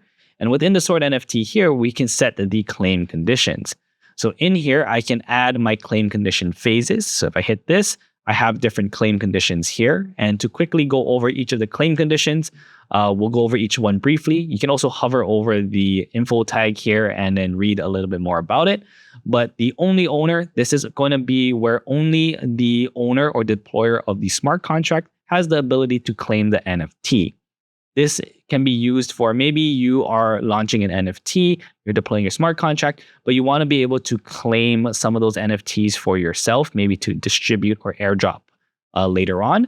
You can set only owner here. This makes sure that no one else can access and claim the NFT from the smart contract. Only the owner can.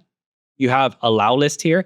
This is for, again, if you want to create an allow list or a whitelist of maybe specific wallet addresses that you are allowing to claim the NFT. Only if your wallet address is on that list that is uploaded can you actually claim the NFT. There is public with allow list, but I'll come back to that one in a moment. We'll go to public first. So a public, this is going to be open to the public, meaning anyone can claim the NFT. You can set the certain claim conditions, maybe max per wallet. Maybe you're only selling a certain amount. It's first come, first serve. You can put a cost required in order to claim or mint the NFT. And then coming back down here, you have public with allow list. So this is public. So again, it's still open to everyone with those claim conditions, but you can overwrite those permissions or conditions with an allow list. An example would be maybe we open it up to the public. The sword costs 10 tokens, but if you are on the allow list, so maybe if your wallet matches a wallet address on the allow list, you pay 5 tokens for the sword. So the public with allow list is still a public claim condition, but you can overwrite certain things with an allow list. So you can pick your claim condition here. For this example, we're just going to select a public. Again, you can say how many NFTs will be in a drop, when the drop is going to start, how much you want to charge. You can set things like how many NFTs can be claimed per wallet. So you can configure this to your liking. You just hit save phase here once you have everything set. And then you just confirm the transaction here, pay for the gas to set the claim condition for that NFT.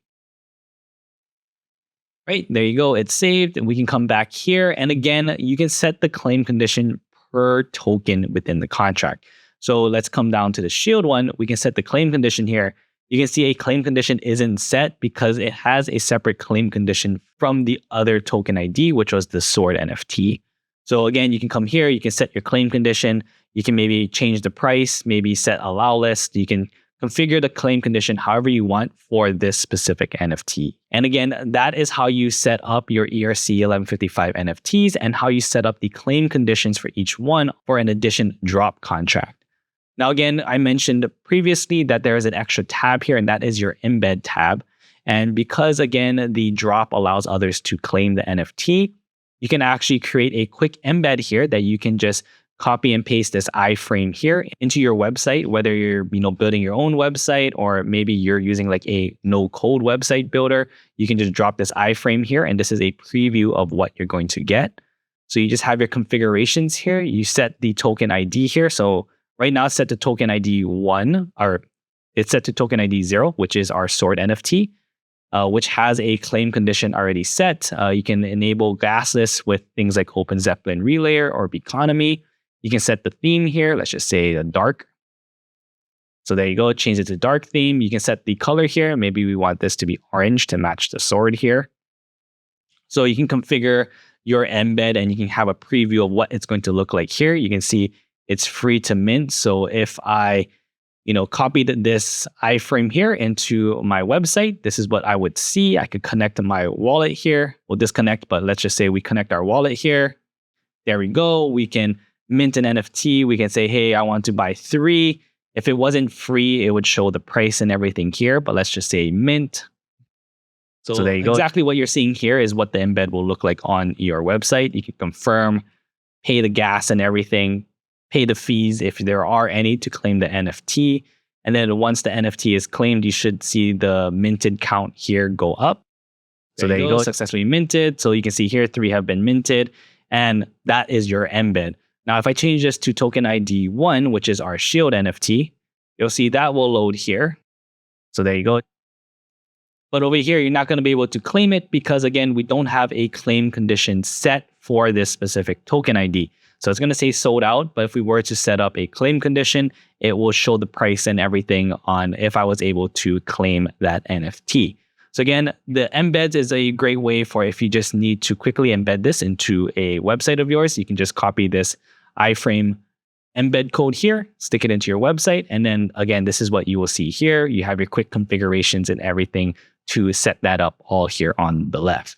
And there you go. That was a quick tutorial and video going over ERC 1155 tokens. Again, ERC 1155 tokens are semi-fungible tokens. They're not fully fungible like ERC 20s or fully non-fungible like ERC 721s, but they kind of have a combination of features of both of them. We also went over how to deploy your very own ERC 1155 smart contracts using thirdweb's pre-built contracts, and how quickly and easily you can deploy those contracts, get them set up all within the thirdweb dashboard, and even take an embed code and quickly plug that into your website in order to allow users to claim your ERC 1155 NFTs.